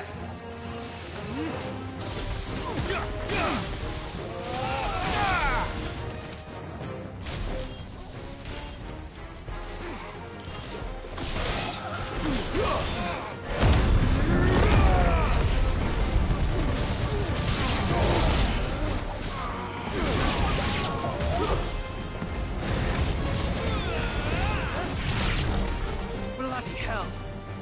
Reinforcements from the far bank! Another wyvern to fight their battles for them. Wake, Slow!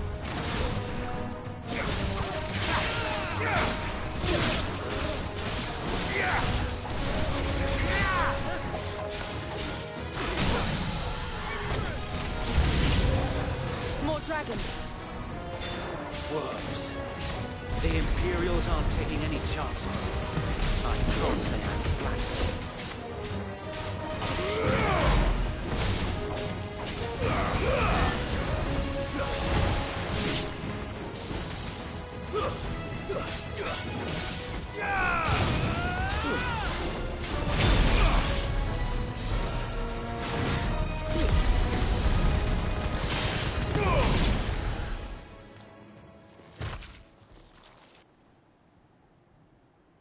A noble stand, albeit a misguided one.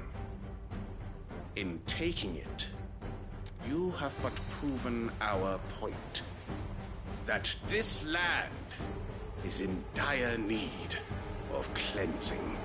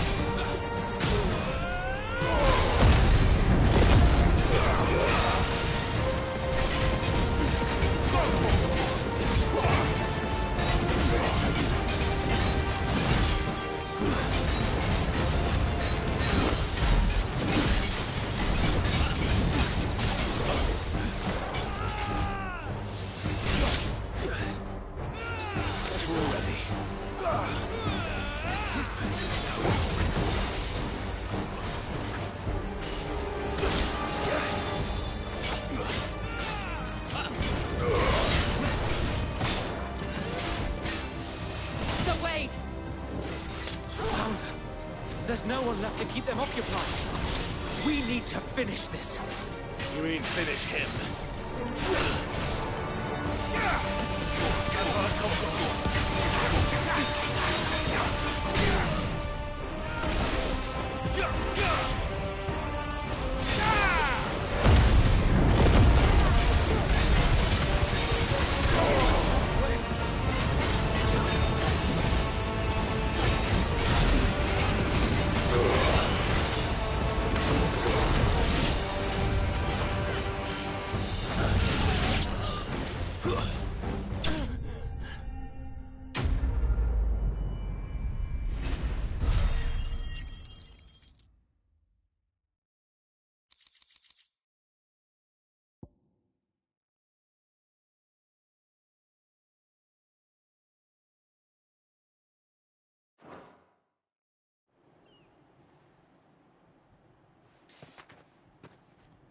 I don't see any more.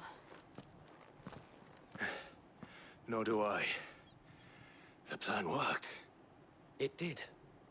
It bloody worked. We sent every last one of the rotten bastards straight to the mud! My, Lord, perhaps this will be enough to stop the Cullings. For the time being, at least. Perhaps. Though I doubt my mother will take this loss well. She'll move swiftly to see her minions' ranks replenished. And then it will all begin again. I often wonder if the nation we once knew is gone for good. Her fields rot. Her people starve. We battled to preserve the flame that was, but for every foe we fell, another springs up in its place. Yet be that as it may, it is still our home, and we must fight for it. As we always have, and always will. For as long as the Firebird's flame burns in our hearts, the Duchy cannot die.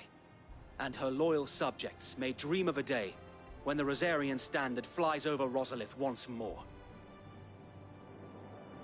So wait, Think we should fall back to Port Isolde before the garrison sends reinforcements? A sound strategy, my lord.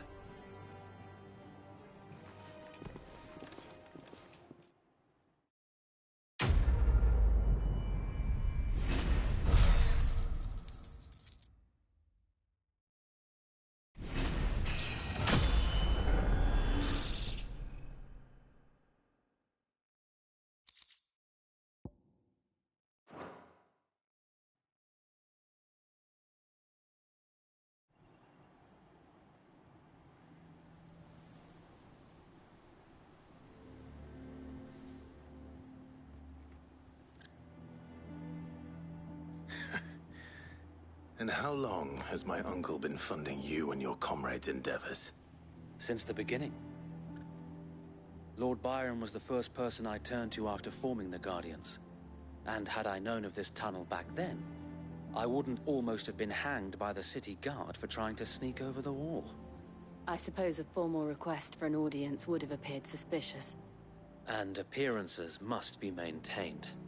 Were the Vice-Regency to catch wind of Lord Byron's involvement in our movement, they'd seize his estate and send him to the gallows, where he would be of no use to anyone. And so, though it sickens him to the soul, he plays the part of the loyal lord, knowing that one wrong move might prove his downfall. It is why he remains ever vigilant. Don't be surprised if he refuses you an audience, especially since you're famously dead. Then I will have to think of a way to prove that I am neither wraith nor wrongdoer. I might have something which could help with the latter. It's the mark of the Guardians. Display it, and those who love Rosaria will know where your loyalties lie.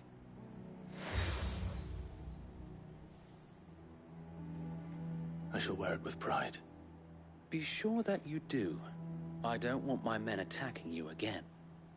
Unless you deserve it. If only Sir Tyler could have been here to see you. Or the Lord Commander. Thank you, Sir Wade.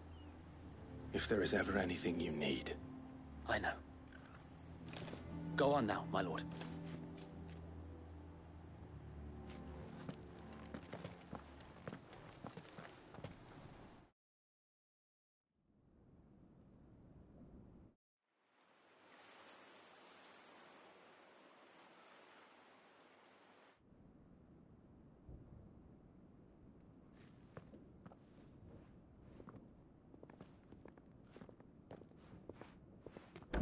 How accommodating.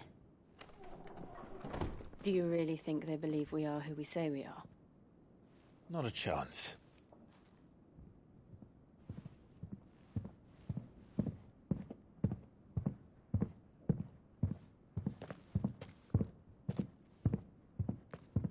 Right, I guess. My uncle believes we're imposters here to rob him. And means to string us up himself.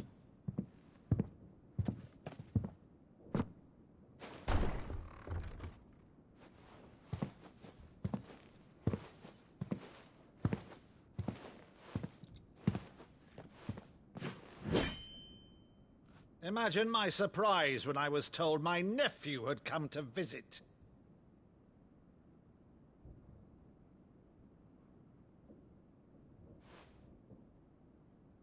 Clive Rosfield died long ago. And for uttering his name here, you shall pay with your tongue!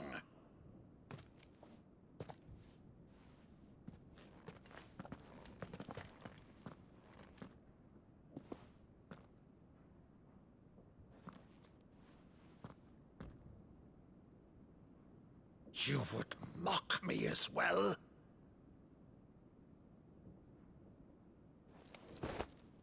It is I, Sir Crandall of Camelot, loyal servant to Her Serene Holiness, Saint Sybil the Unshod.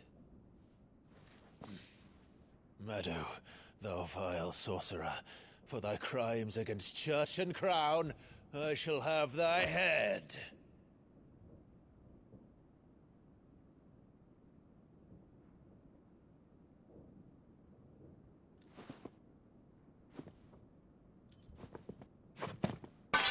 Curse thee, infectious flax wench.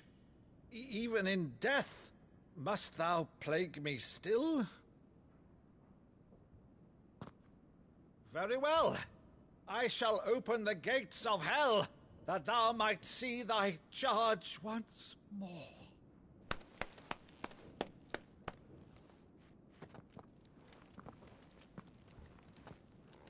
Bravo, Uncle.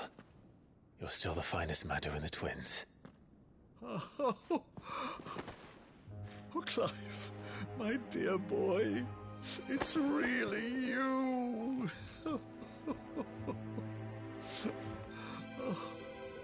You always were fond of that scene from The Saint in the Sanctuary. Never did let me play Sir Crandall.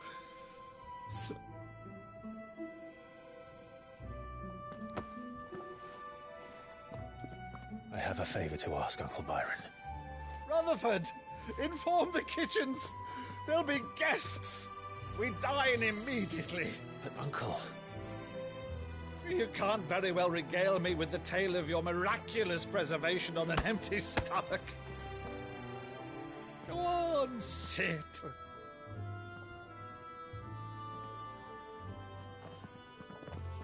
See that you use the good plates, Rutherford.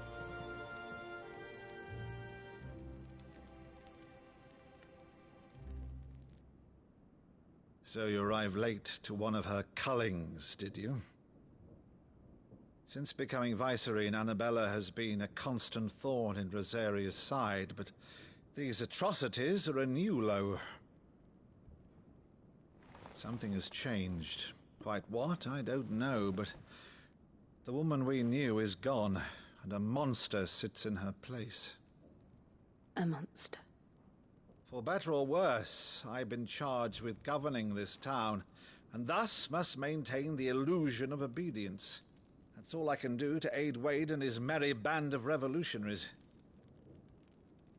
So he's told us. You have risked much for Rosaria. Our nation will be forever in your debt.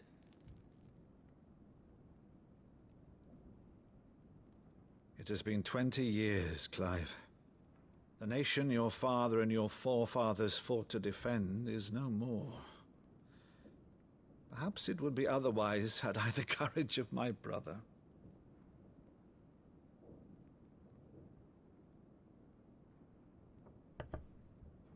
All right, if it's a ship you require, a ship you shall have.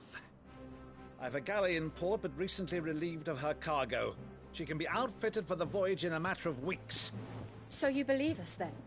About everything? Believe you? Ha! Only a fool would believe even half of the things you claim. But until tonight, only a fool would have believed my nephew still lived. And besides, I have it on good authority that Clive is telling the truth. Whose authority? Your own, of course. You've always been a terrible liar. Is that true? It's not untrue. I'd say no more about it, eh? It wouldn't do to linger on my nephew's greatest failing.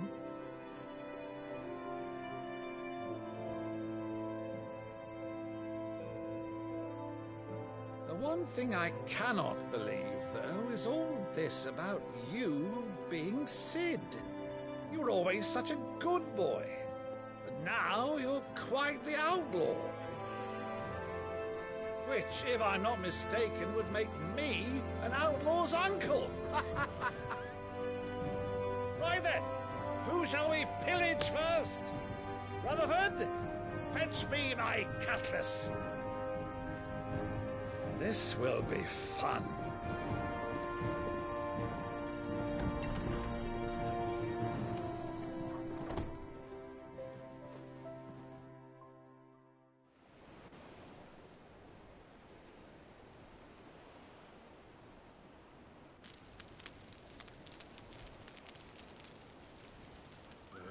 Over there.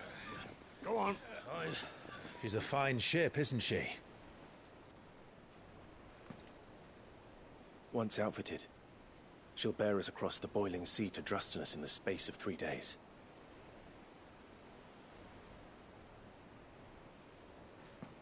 Something on your mind?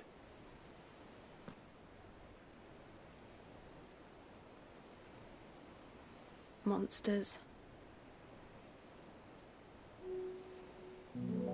When I served the Iron Kingdom, I did so because I saw no other choice. Because once they learned that the lash would not move me, they turned it on those who could.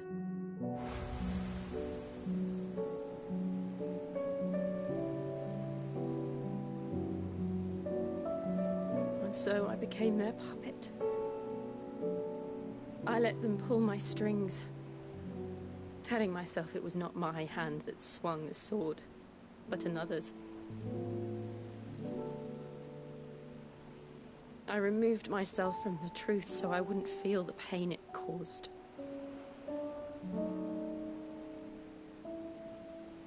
And before I knew it, I no longer felt anything. Anything at all.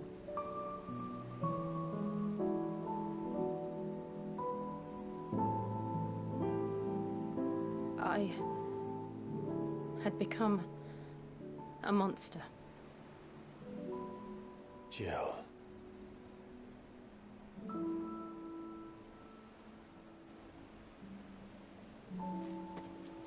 I don't want to be a monster, Clive. Do you understand? I want to choose a different path, a better path. To live on my own terms. But before I can do that, I need to come to terms with my past.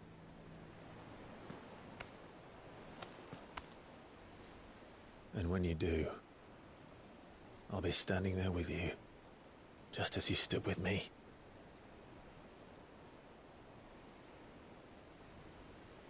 Thank you, Clive. I must atone for my sins. Only then, when it's done, will the monster cease to be. Just promise me that you won't die with it.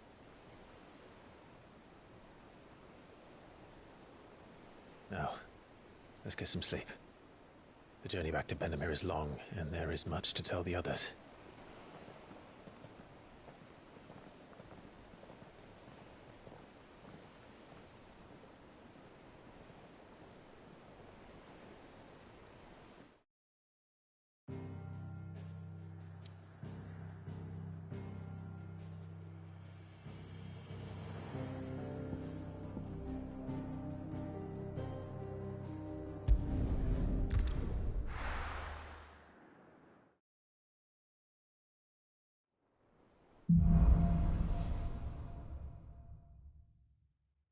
Only the Founder knows what awaits us in the Iron Kingdom.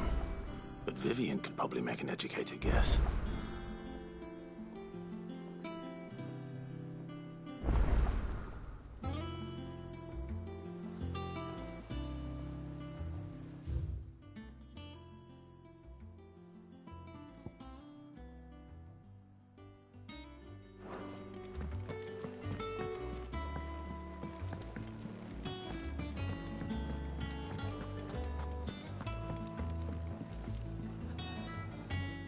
I didn't take you for a scholarly van. Oh, this? It's Valisthea, a culinary pilgrimage. I borrowed it from old tomes. Seems there's no creature in the realm so foul it can't be cooked up into something delicious. Think I'll stick to the unfoul ones, thanks. Oh, where's your sense of adventure, Sid? Honestly, one glance at these recipes, and even you would trade in your sword for a butcher's cleaver. From spit roasts to sweetmeats, this book has them all. What I wouldn't give to bring these recipes to life. If it's my blessing you're hoping for, then by all means. Well, I'm no hunter, Sid. The first ton of worm I came across would be the death of me. But you're made of sterner stuff. Would you help me resurrect one of these recipes?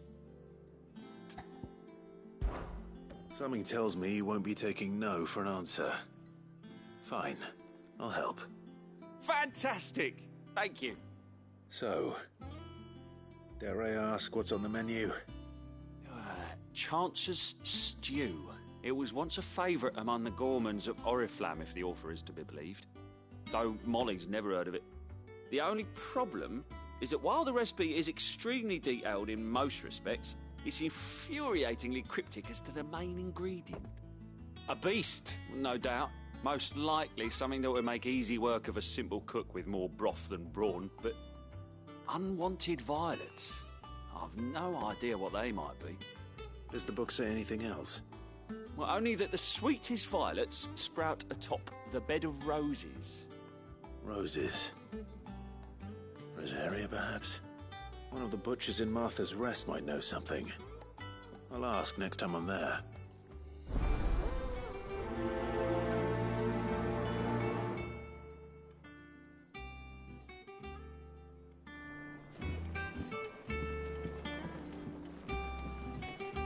What can I get you, Sid?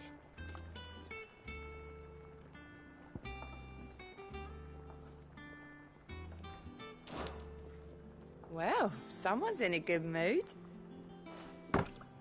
Drink up, you lot. The next round's on Sid.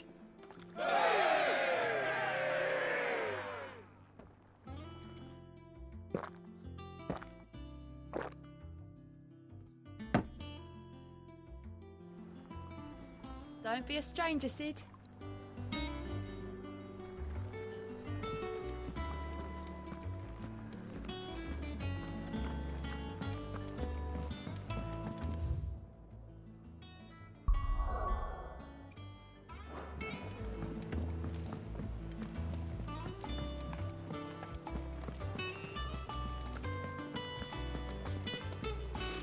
Typical nobles. How did we never hear There are about new these billets guardians being of the posted faith? every day. Same way they never Not heard enough. about. Clive! Oh, am I glad to see you? Is something wrong? It's Blackthorn. He ain't himself. And if I'm honest, he ain't been for a while. Yet normally it only takes a couple of drinks to perk him back up, but not this time. Something's getting him down. And whatever it is, he ain't telling. It's like he's lost his spark, you know? He's barely got enough fire in his belly to get the ump about stuff. But I'm thinking he might if we both bent his ear, because he respects you, innit? So, what do you say? Fine. If you think it will help. I knew you'd understand. But if he doesn't want to talk, we let him be. He'll open up when he's ready. All right. Now, he'll only smell a rat if we both turn up at once. So, I'll go first, and you can meet us at the forge. Wait a bit, then head over when you're ready.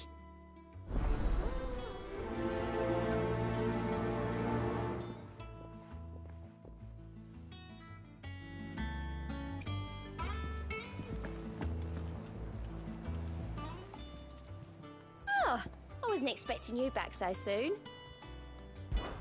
Here's everything we've received and everything promised. You earned this. Come again. I may have...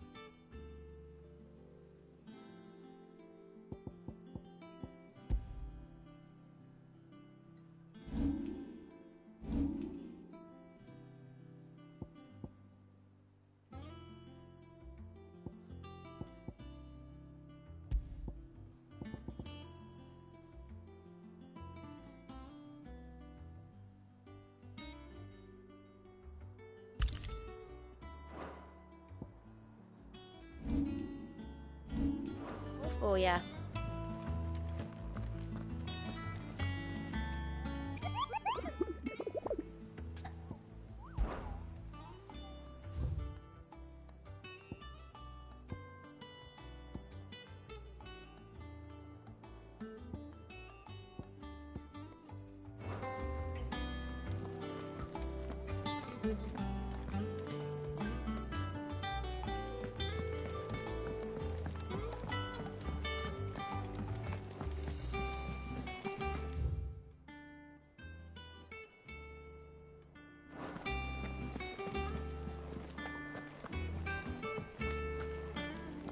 It will be over soon.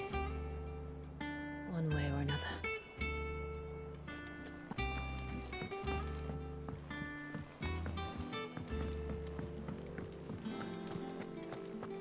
That monster's taken quite a liking to Lady Karen. He's not a monster. He's Morgul.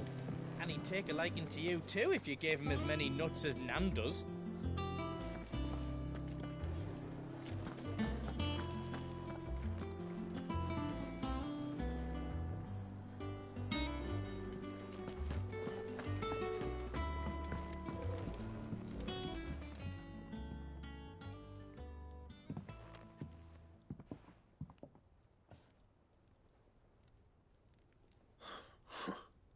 First August, and now you.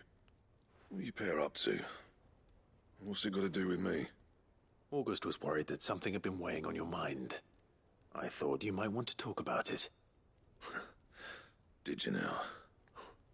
I told you not to stick your nose in my business. What'd you go and do? Clive just wants to help, innit? What's so bad about that? Talk to him. You never know, you might feel better for getting it all out in the open. Please, mate. I'm worried about you. Phil, shut you up. It's nothing, really. Stupid. Not the sort of thing you bother people about. Why don't you tell us all the same?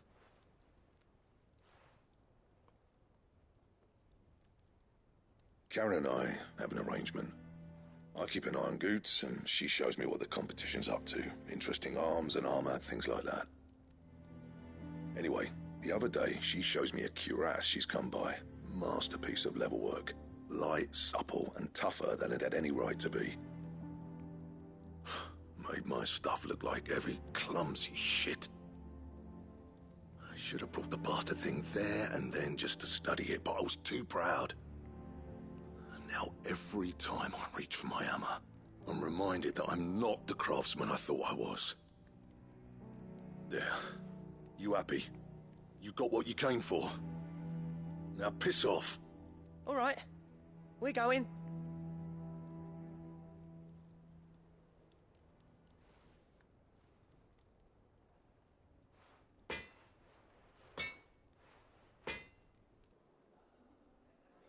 I always thought of old Blackthorn as a bit of a force of nature.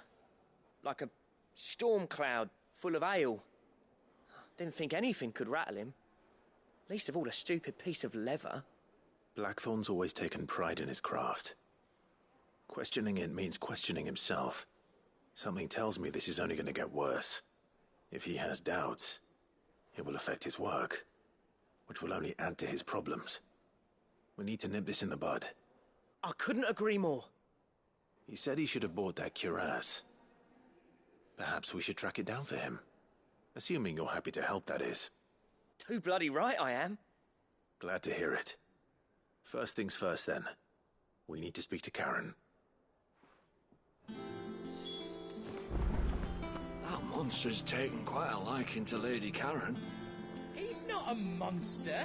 He's Torgal. And he'd take a liking to you too if you gave him as many nuts as Nan does. Karen, do you have a moment? Blackthorn mentioned that you'd recently come by a leather cuirass. An exquisite example of the craft, from what he told us. And he ain't been himself since he saw it. So we thought we'd buy it for him. Sorry, sold it already. Didn't think Blackthorn cared for it the way he turned his nose up. But it was nicely put together, that's for certain.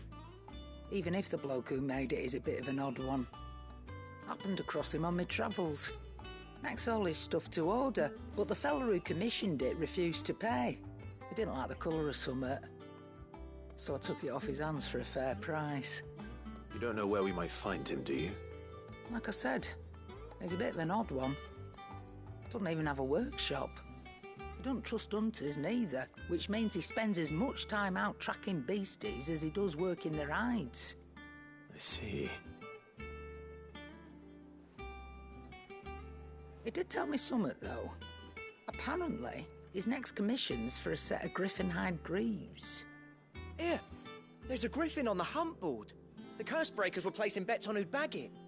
Now, where the bleeding hell was it sighted? Somewhere in Sambrec, maybe... Care Northern, that was it. Thank you, Karen. We'd be lost without you. At least you admit it. So, it sounds like going after that griffin might be the best chance we have of finding our roaming leatherworker. I'll leave the hunting to you if you don't mind. While you get on with that, I'll ask around the markets. See if I can't sniff out who he is and where he's hiding. Good idea. Hopefully one of us will be able to track him down.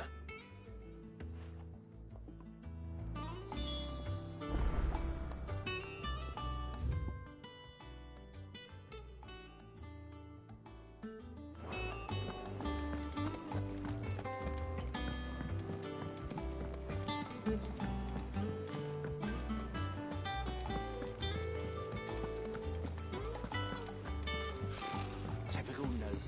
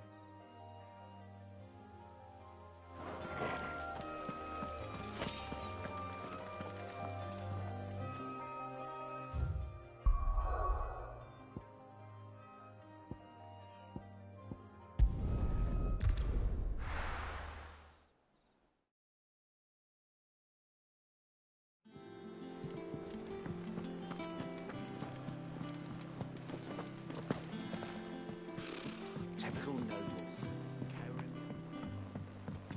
How did we never hear about these guardians of the...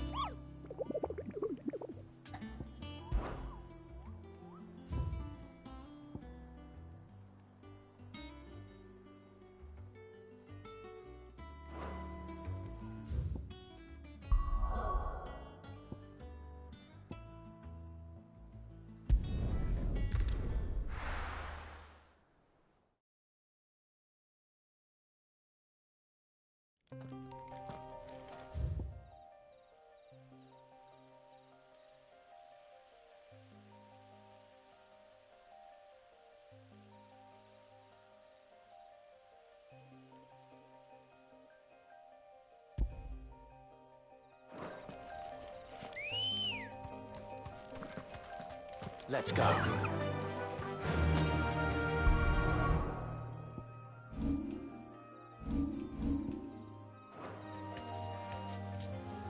Fly, Ambrosia.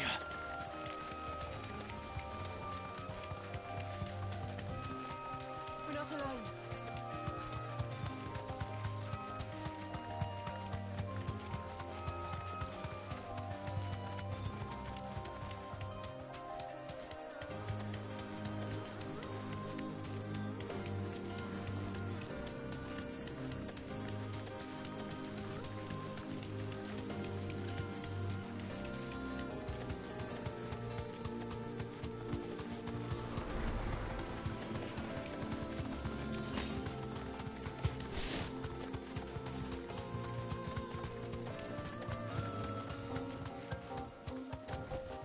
Straight home now.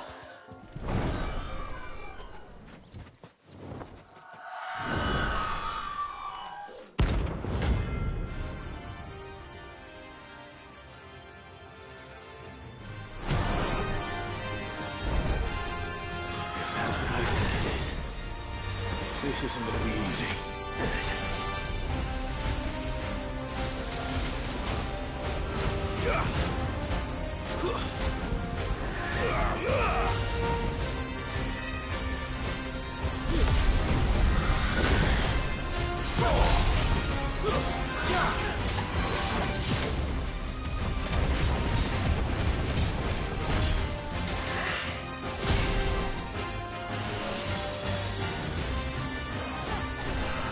Too slow.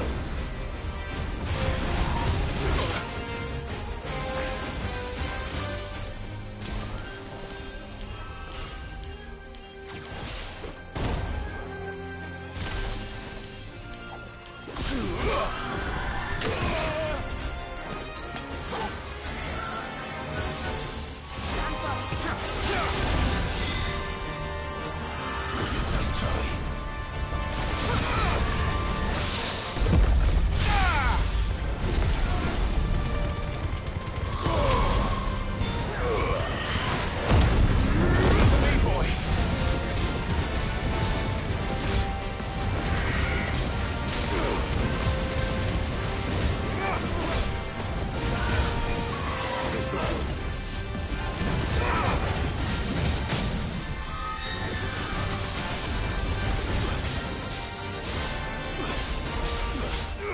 To me, Blade!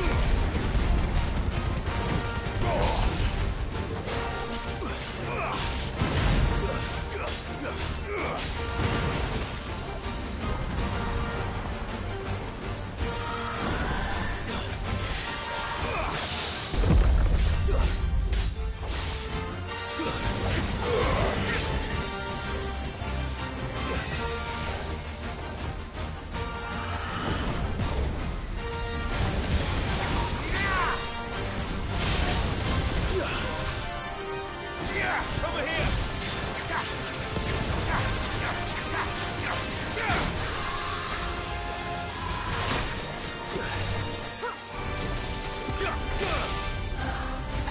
Too slow.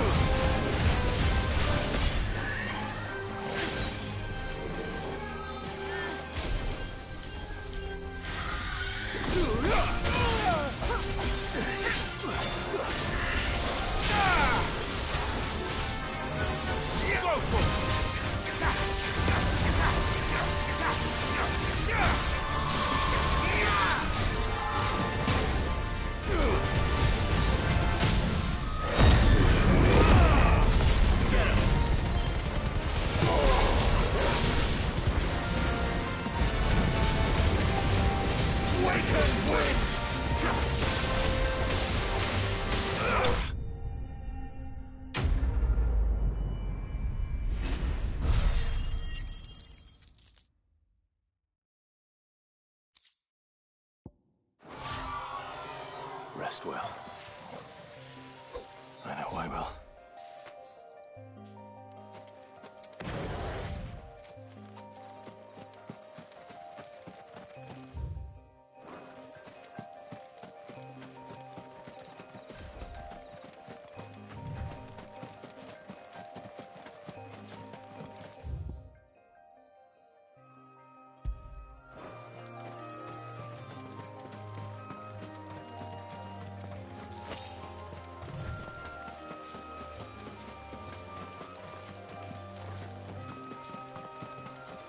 All right.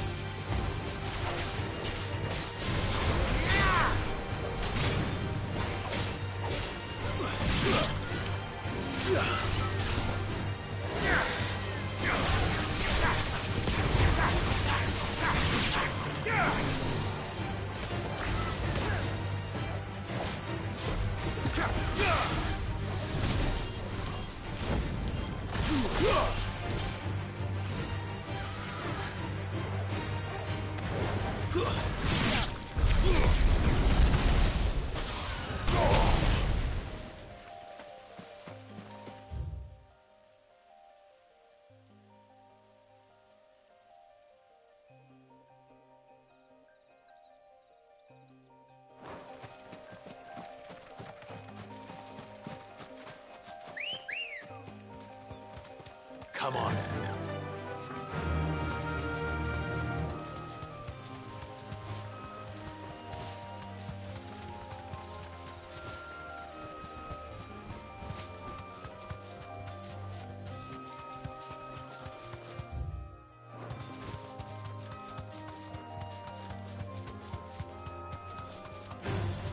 Time to fight.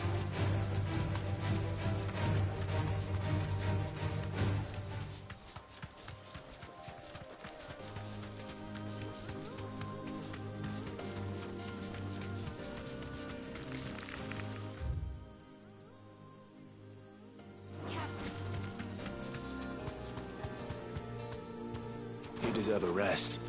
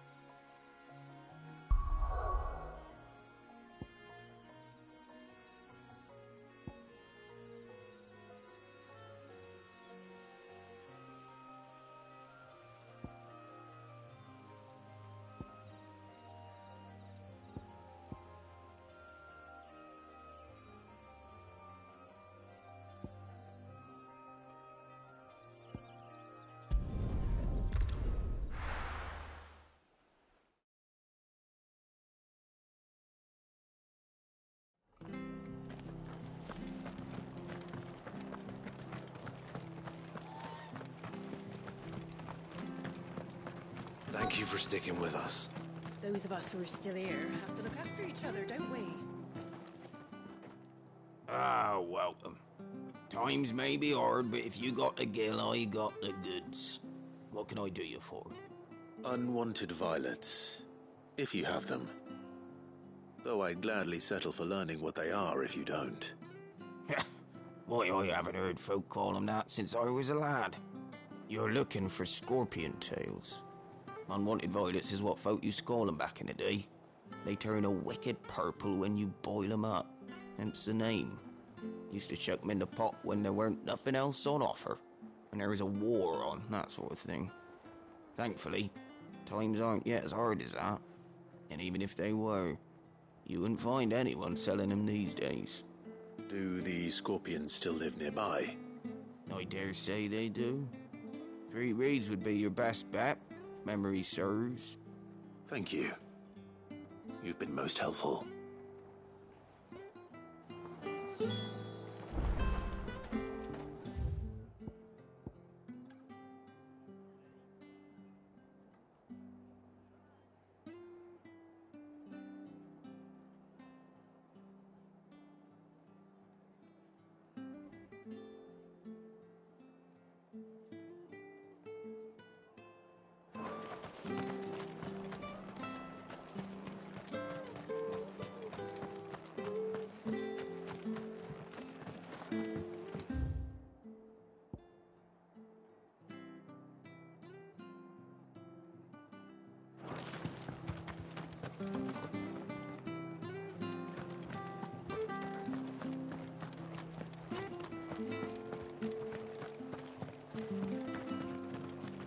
Stay sharp. After what the Empire did to Martha. Don't you go causing any trouble now.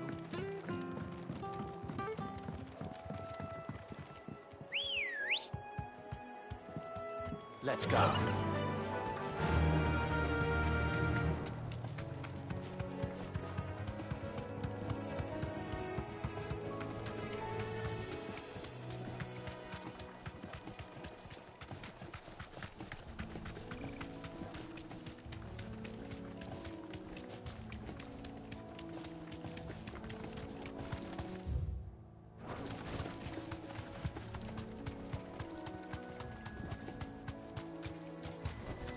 Be safe.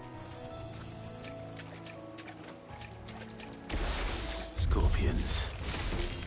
At least I know what I'm up against.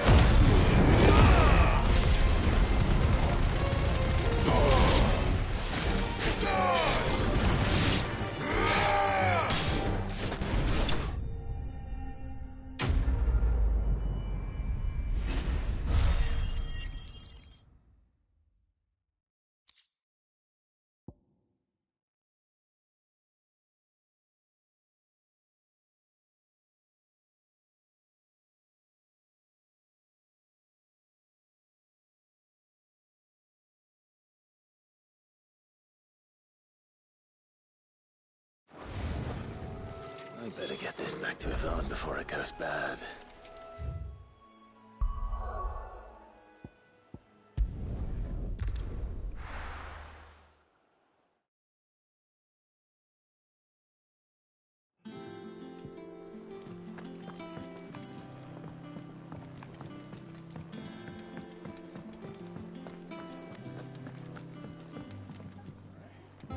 Did you find our mystery ingredient? I did indeed. Marvellous! Let's see. What am I supposed to do with this? It's poisonous, surely. You wouldn't be wrong. But that's your unwanted violet. Into the pot it goes, I suppose. Wait here. I won't be long.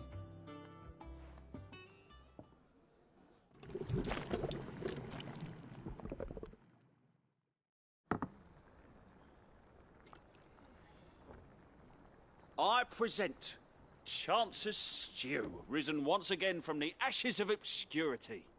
Grab a spoon, Sid. Let's eat while it's hot. I'm, not hungry. Well, it'll be too late once I've licked the bowl clean. Your loss.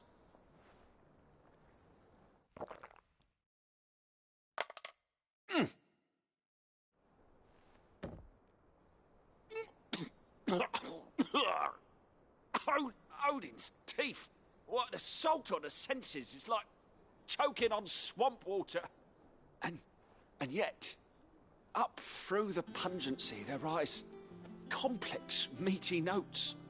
It takes a moment to recover from such an onslaught of flavours, but never have I tasted anything so fine. Thank you, Sid. Thank you. You're, welcome. I must share this gift. I won't rest until a steaming bowl of Chance's Stew sits before everyone in the hideaway. A single mouthful, and Molly will be breeding scorpions of her own. I'm sure she will.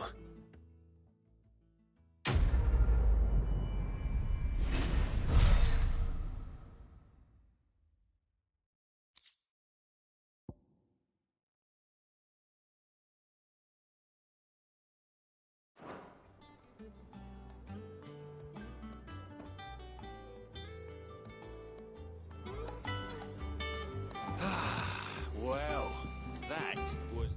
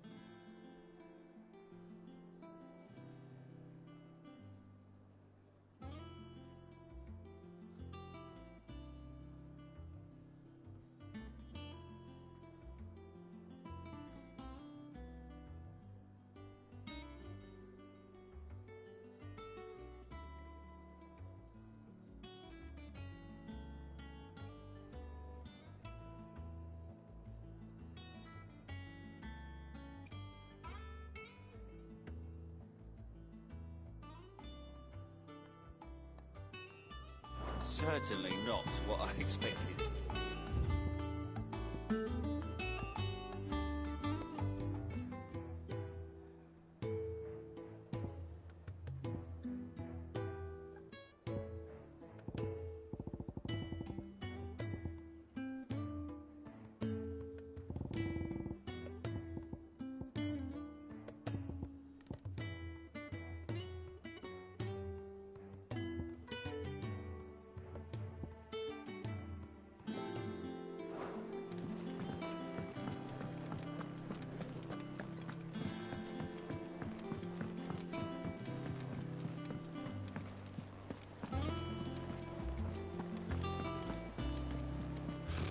Typical nobles.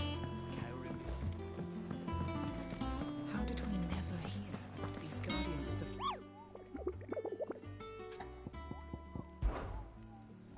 the... I don't think so.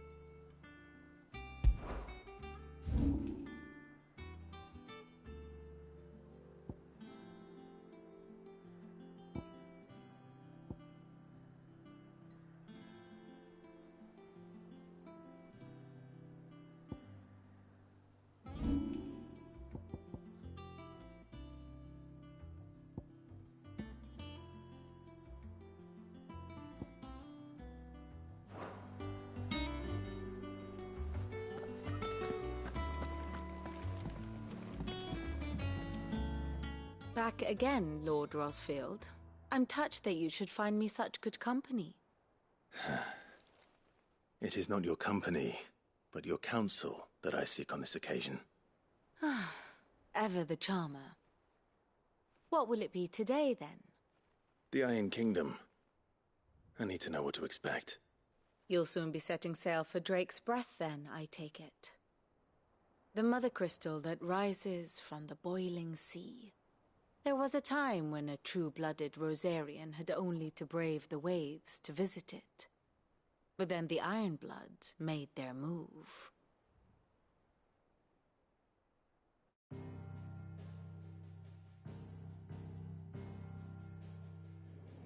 As you know, the Iron Kingdom rules over the islands to the west of Storm. Or rather, its church does. But this is not the pragmatic approach to state religion employed by the Holy Empire to manipulate the masses. No, the Iron Kingdom is the literal embodiment of the crystalline orthodoxy. And so, if one is to understand it, one must start there. As the name implies, the orthodoxy holds the Mother Crystals sacred, and they do not take kindly to heathens plundering the objects of their worship for the means to fill washtubs and light lamps with frivolous feats of magic. Indeed, the faithful consider ether a sinful thing, a poison no less. And to them, a dominant is an instrument of evil, albeit one they have proven only too happy to turn against their enemies. Some 80 years ago in Northern Storm, Drake's eye collapsed. Soon after, in pursuit of ether and with the Blight at their backs, the Northern Territories descended upon the Grand Duchy of Rosaria. And when the Shields of the Flame marched north to meet them, the Iron Kingdom spied an opportunity. A few short days later, the Crusaders landed on the island of Mount Justanus, home of Drake's Breath, and plucked it from the Duchy's grasp. Rosaria tried to reclaim it, of course, but to no avail. I doubt more than a handful of Duchy men have set foot on its shores in your lifetime. Nor are they like to again, under the Empire's stewardship, meaning the Iron Blood will keep their island, and with it, the foothold they need to march on mainland soil when next they spy an opportunity.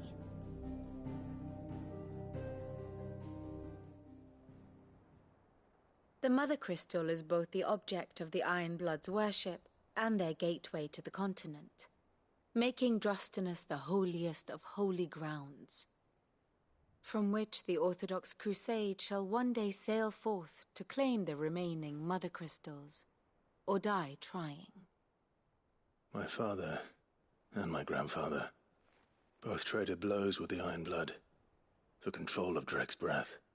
Had things unfolded differently at Phoenix Gate, we would have sent our entire fleet against them. But instead, they sent their fleet against Rosaria, sacked the capital, killed the men, and captured the women, including Jill. I'd say you'd be forgiven for wanting a little revenge, Clive. My only aim is to destroy the Mother Crystal.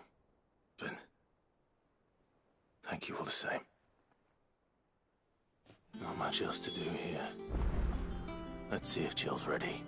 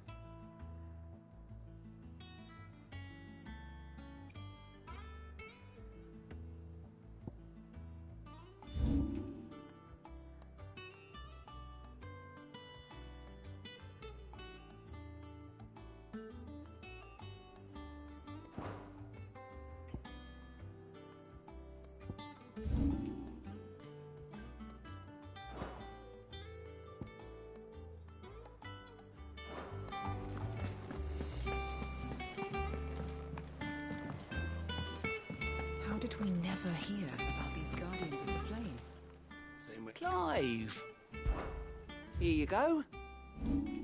Think you can help?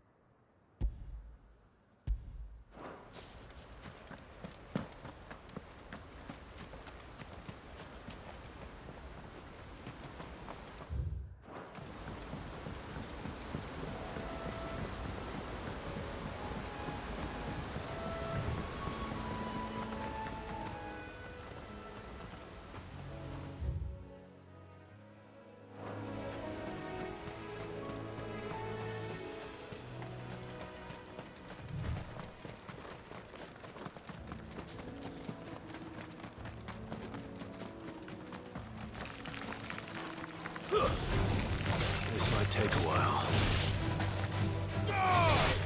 Enough.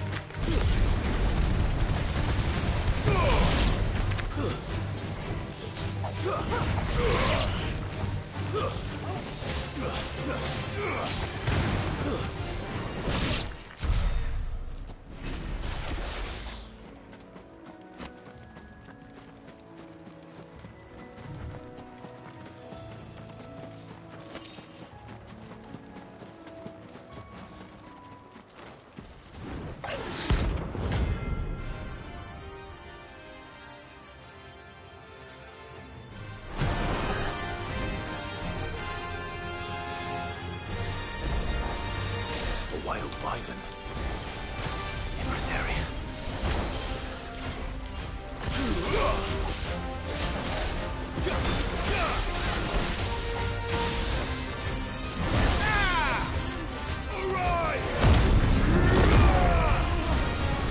I'll be fine now.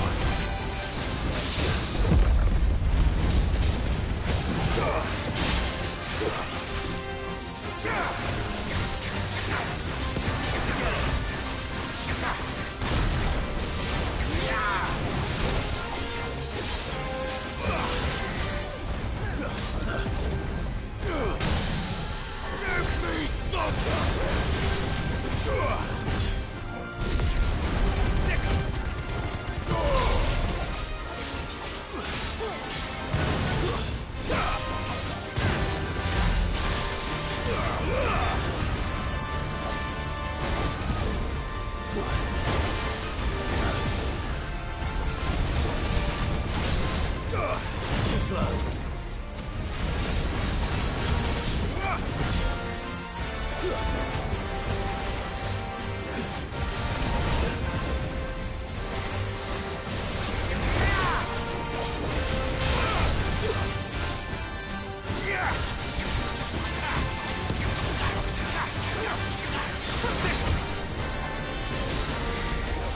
Nice try.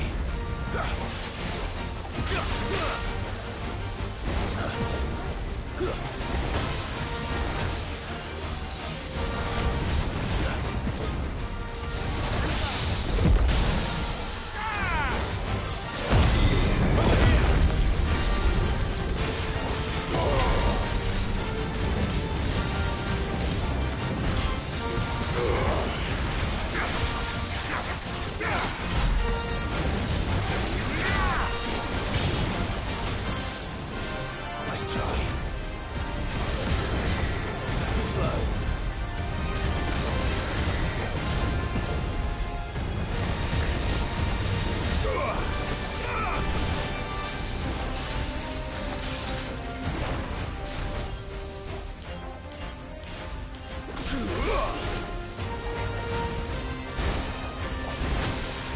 Too slow.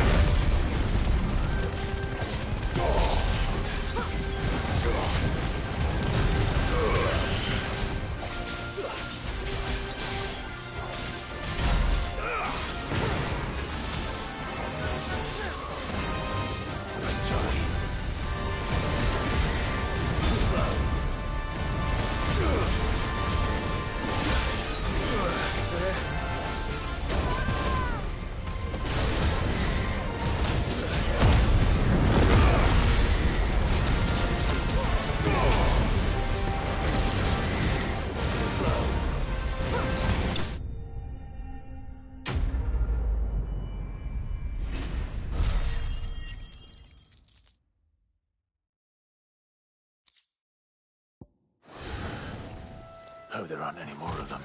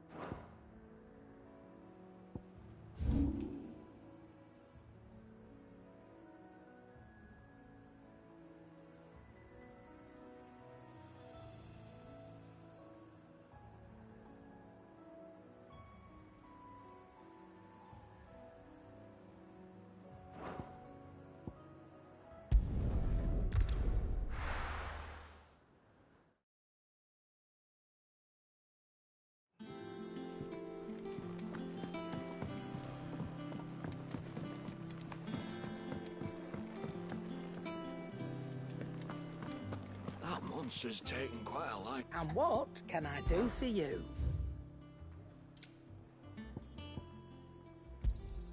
You'll not find a better price than that. It'd better all be here. You'll not find a better price than that.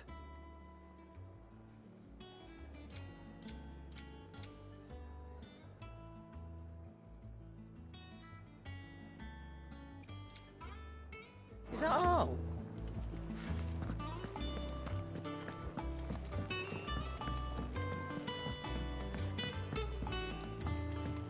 It will be over soon.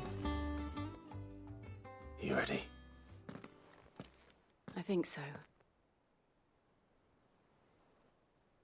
Jill. When you told me you had to come to terms with your past, you weren't talking about destroying Drake's breath, were you? No. I spoke of Imran, the leader of the Crystalline Orthodox. The man who made me do all those unspeakable things. I'm going to kill him. It's what I need to do to put the past behind me. What I need to move forward. And I know that I can do it. If you're there beside me. Always. And I'll be beside you, too. We'll bring down the Mother Crystal together. All while Sid looks on. We'll make him proud.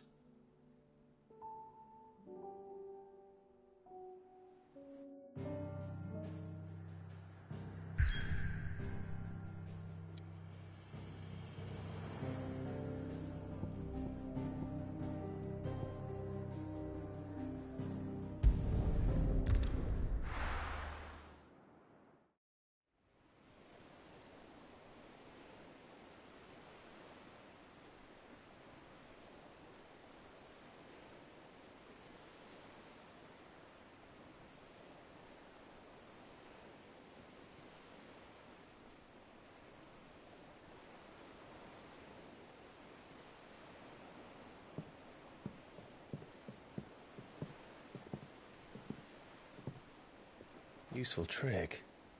Freezing and thawing the spray to make mist. How did you learn to use your powers like this? The Masters made me do it. When the Crusaders took to the seas, to keep the fleet's movements from prying eyes. I'm fine. No, you're not.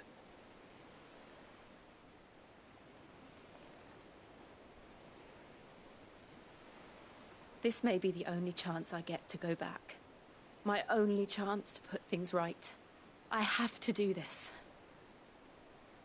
Whatever the cost. All right.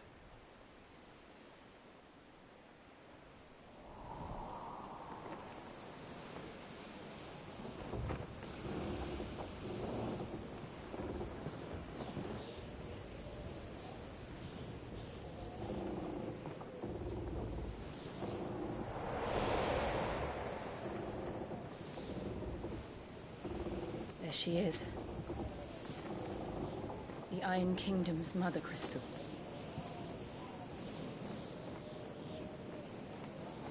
Drake's breath.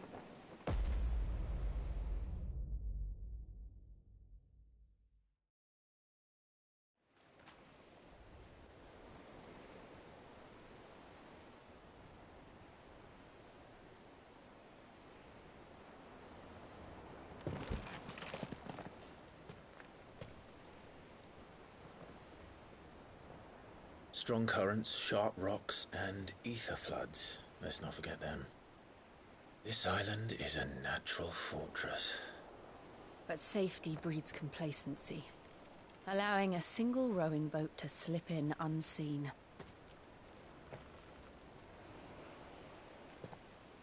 The sanctuary is inside the mountain. If we follow the old trail, we should be able to enter by the back gate. All right. Let's go.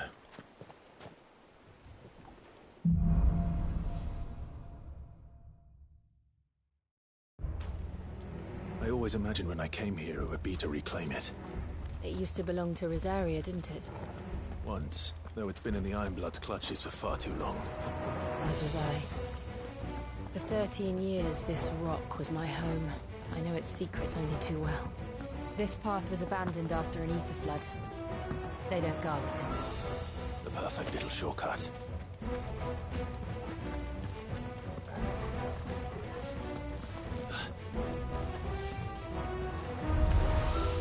They're all Akashic.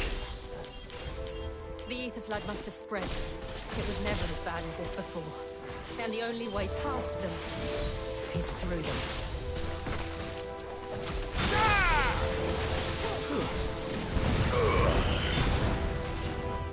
Stay down!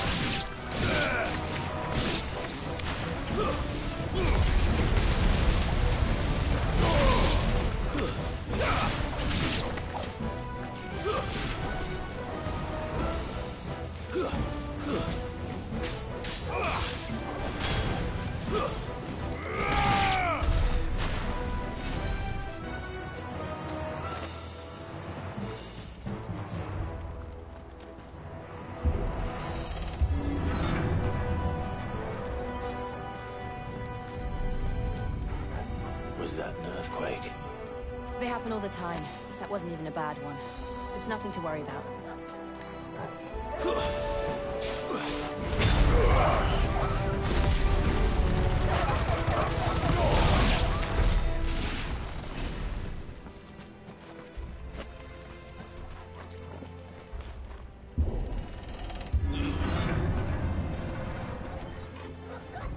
Awaken, Gwyn! Nice try.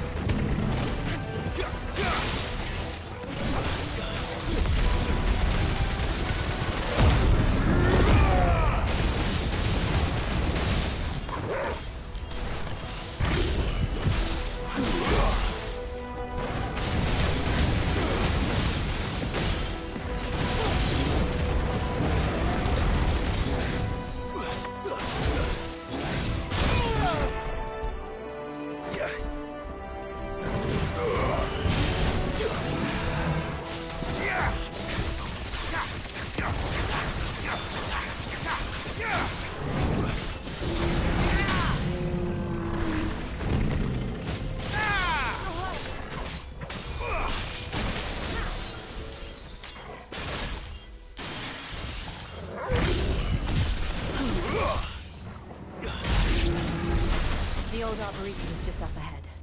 We'll enter the caves from there.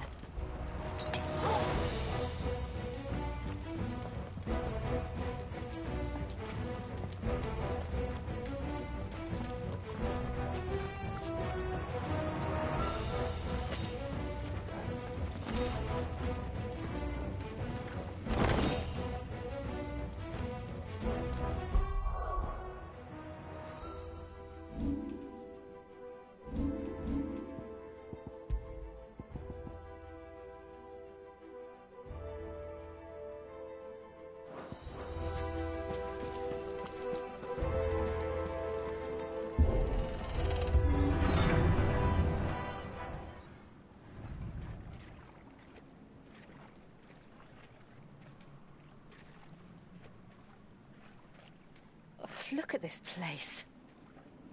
What a mess.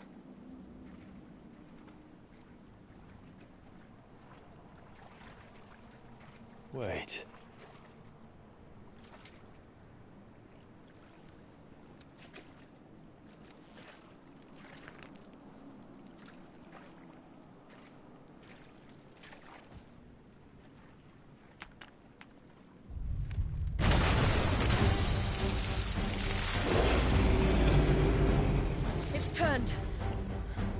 Nothing a shelter for his area can't handle. Just like old times. Be sure to keep clear of his ball. Believe me, I mean to. That's foul. Don't breathe it in.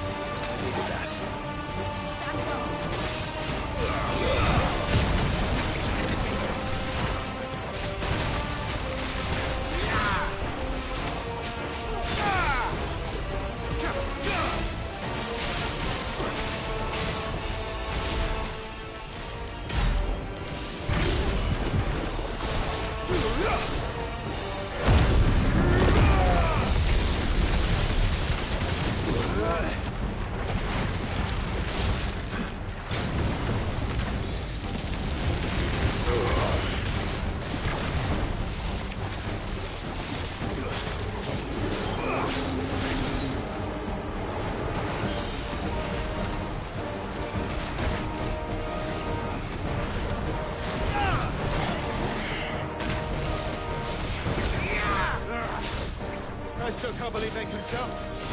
But these things have roots.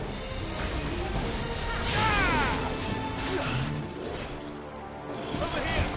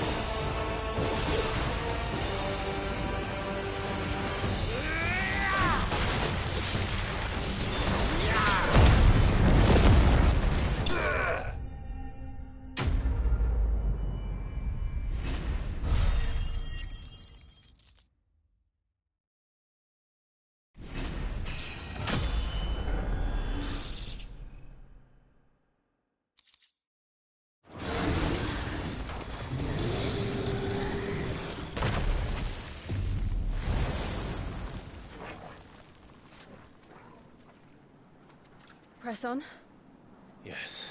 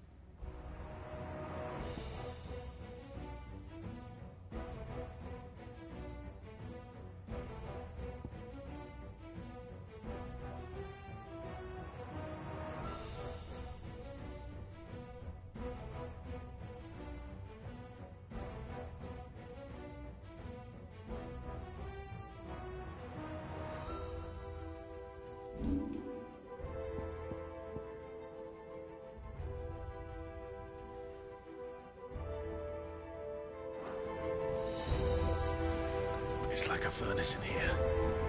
We're inside the volcano.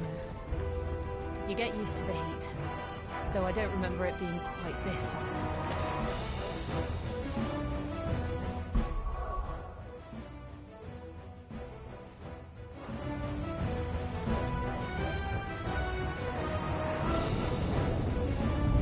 Was that one cause for concern?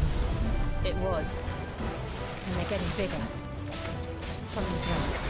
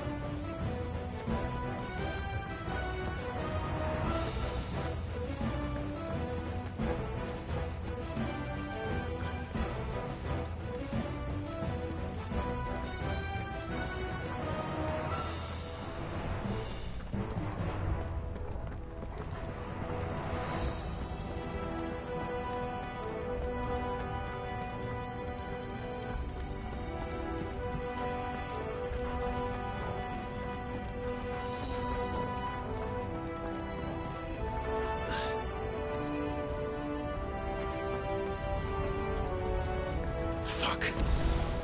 Is there no other way across?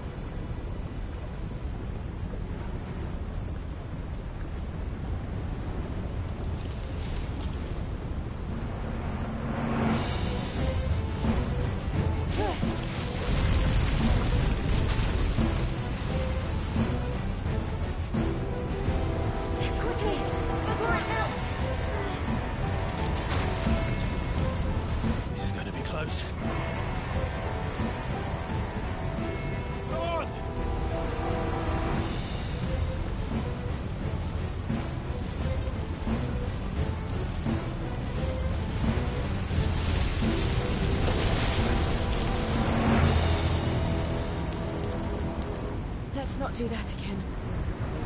No. Let's not.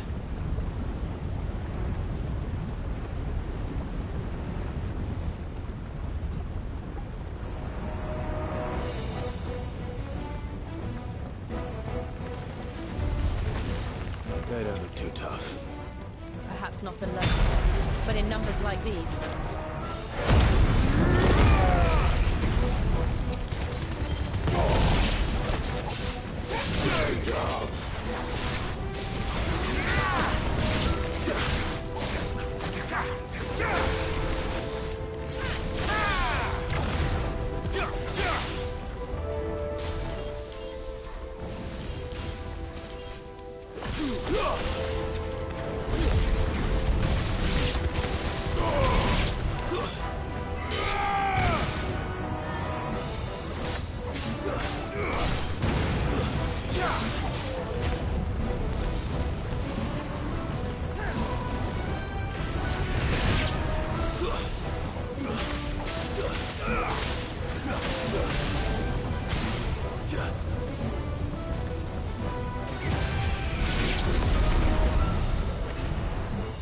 We aren't going this way.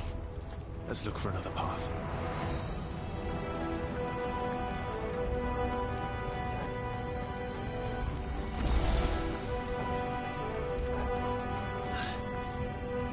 Drake's breath. We're nearly at the oratory.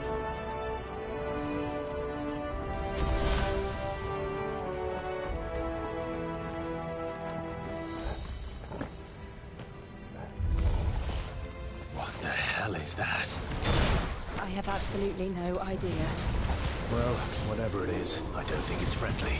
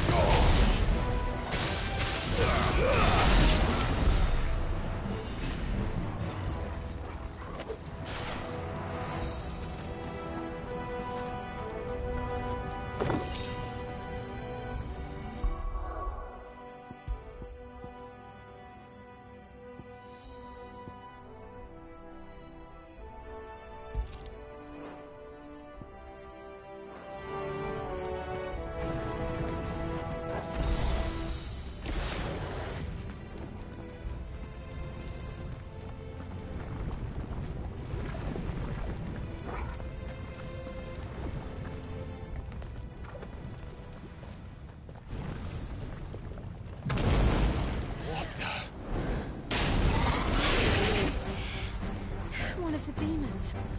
But they never leave the lava. If I didn't know better, I think this volcano was about to erupt.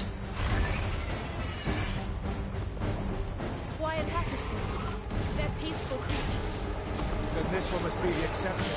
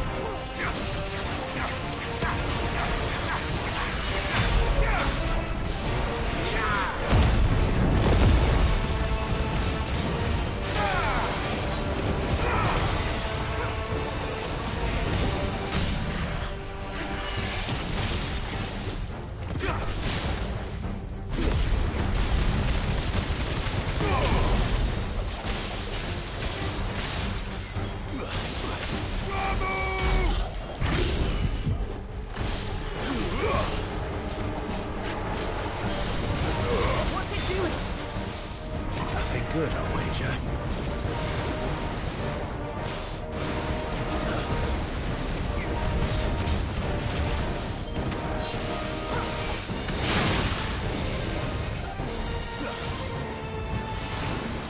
Too slow.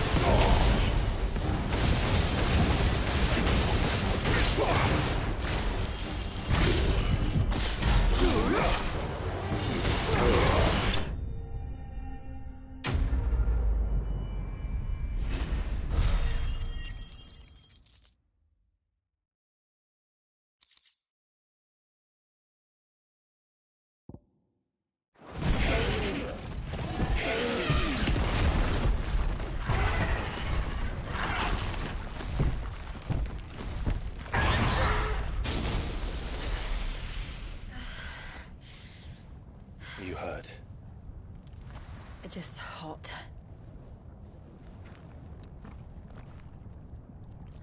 Thank you. Quite a commotion our friend made. Let's hope the guards didn't hear it. The gate to the inner chambers is just up there. Then we make for the sanctuary. I need to finish this. Before the heat finishes me. Hear, hear.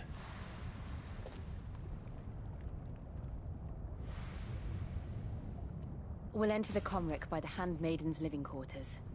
It was always a hive of activity. Sounds like we'll have a hard time staying out of sight. We won't have to. There's someone there I should very much like to see.